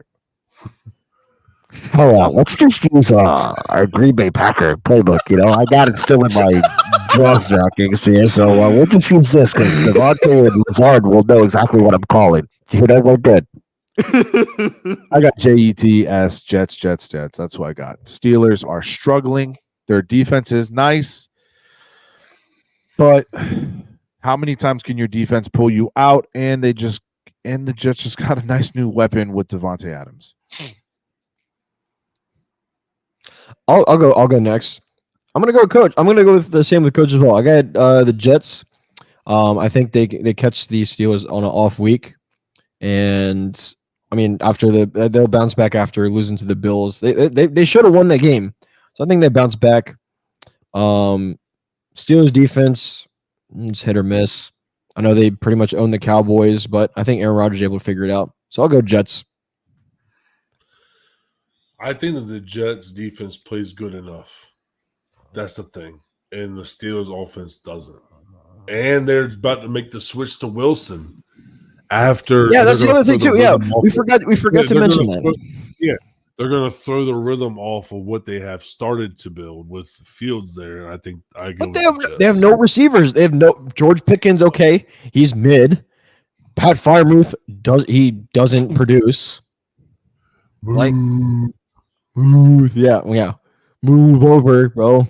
Like, come on. So what do you got? Jets. Yeah. All right, 3-0 Jets, perfect. All right, you heard it here on Lost of Yards. We're going 3-0 Jets. Jets are a favorite by 1.5. I don't know how, but again, Vegas. I don't trust Vegas. We're not trusting Vegas here at Lost of Yards. Are we? We are apparently. We're all picking the Jets to upset. So going into Pittsburgh, by the way, it's in Pittsburgh. Not an easy place to play. Doesn't matter. Monday night, 2 Monday night games. We're obviously, yep. Coaches, Baltimore Ravens visiting the Tampa Bay Buccaneers. Coaches going Ravens, obviously. Who do you got? Got Coach's wife back there. I see you. They see you, baby. I'm going to go Ravens. I think that the Bucs have been hit or miss. They've looked really great, and then they haven't looked so hot. And the Ravens right now on a hot streak. That running game is deadly. Ravens. I like Baker Mayfield. I don't trust Baker Mayfield. That's it. Corny is just being sour, and I don't like it. Yeah, absolutely. That's why she did the devil face. That's why she exactly. No, I totally agree. I think this is. I really think this is going to be whose offense comes out better this game, and I think it's Baltimore. Yeah, I think I a lot of respect for Baker. They have depth for days in their offense. Their defense plays great, but I think Baltimore just has that dog in them. I think Derrick Henry is going to run for another 100+ yard game. And that's just going to be a great game. I'm not even going to bother watching the next game. We'll still pick it anyways. But I'll go Ravens. The next Monday night game is I don't know why they do it. It's also not even nationally televised. It's exclusively on ESPN Plus. Yeah, cool. Nobody's going to watch it. No one's going to watch it. You got the Los Angeles Chargers visiting the Arizona Cardinals. What the fuck? That's what I'm saying. Terrible. I don't even want to pick. I don't even want to pick. Hold on. Let's just talk about this real quick. Broncos Saints, ass. Patriots Jaguars, ass. Jets Steelers, mid. The Ravens Buccaneers game is going to be amazing. Can we do a watch party for that? I'd be down for that. Bet. Absolutely. We're doing a watch party for that. Chargers Cardinals, ass. Chargers. That's who I got. This is such a toss-up too, because no Marvin Harris Jr. Chargers. Yeah. You have okay. No quarterback. Chargers. You have nobody to throw to. Yeah. Hands Chargers. You can't. Hands down Chargers. They're playing. Justin Herbert looks comfortable finally, and yeah, Chargers. Courtney agrees with us. It's crazy. We have an agreement. That's crazy. Hey, she picked Saints and the Jets too. So I mean, yeah. Okay. No, usually she goes against us hardcore though. I'll say that. She's being a hater right now. Hey, real quick, before we go, can we pick this Lions Vikings game? We won't count it for anything, but I want to pick that game. We can count it. Who cares? You want to count it? Okay, bet. All right, we'll count it. We already know he's going with the Vikings, coach. Okay. I can't not go with them in this game. Like, of course. It's in Minnesota. Ooh. It's in Minnesota. Okay. But we are coming off a bye week. That makes me nervous. That's what I was literally about to say. And the Lions are coming off of a massive win. But it makes me nervous. Keep in mind what happens though. Keep in mind what happens. After it's a common trend. After you like beat the shit out of somebody, you typically lose. That's what I've noticed. I don't know. It makes me nervous when you have a bye week to rest and that rhythm's gone.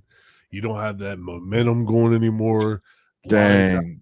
Coming into it makes me so fucking nervous. But I'm still staying by team. I'm going Vikings. Bro. Courtney hit us with a roar. Yeah, So she's that means she's she's- being a Yeah, hater yeah. because I beat Ravens last week. I'm going Vikings. I'm sticking Vikings 6-0.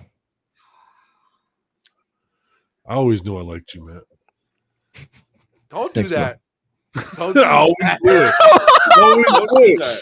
I always knew I liked you, Matt, because I knew Coach's ass about to say Lions. I already see it in his fucking face. Yeah, he already did. What? I didn't even say anything yet. Division games are Lions. hard. Division games are so hard to pick. Now I'm on the corny train. Lions. Fuck y'all. You already knew it. I saw it in your face. That's why you waited so long to say it, because you were like, I'm gonna say it. This is hard. This is probably one of the hardest picks we've had since the show started. No, I'm picking the Lions. She's Okay, not you gonna stick use with the my- Lions. Ian and I got the use my Vikings. line, bro. She used my line against me. That's Do we crazy. want to count this one or does this one not count? This is just for us, our funsies. No, I think it's just for shits and gigs. All right. Shits and Lions. gigs. All right, Fuck you. I'm still sticking with the Vikings. We're down. Oh man. I can't wait. I'm nervous, though, I ain't gonna lie. Hey, as you should. As you should. That's a damn good game right there. All right. Well, I think that about wraps up the show. We appreciate everybody that is tuned in. Stay tuned in. Courtney, we appreciate you being here this whole time and keep commenting. For everybody else that's in here watching that isn't commenting, we still appreciate y'all. We love everybody. I know we banter, we talk, we fool around. We try and hit some facts, but we also like to go off the track a little bit. We Got like the to bullshit pull- around. Yeah. And but yeah, man, consistent every Tuesday, 8:00.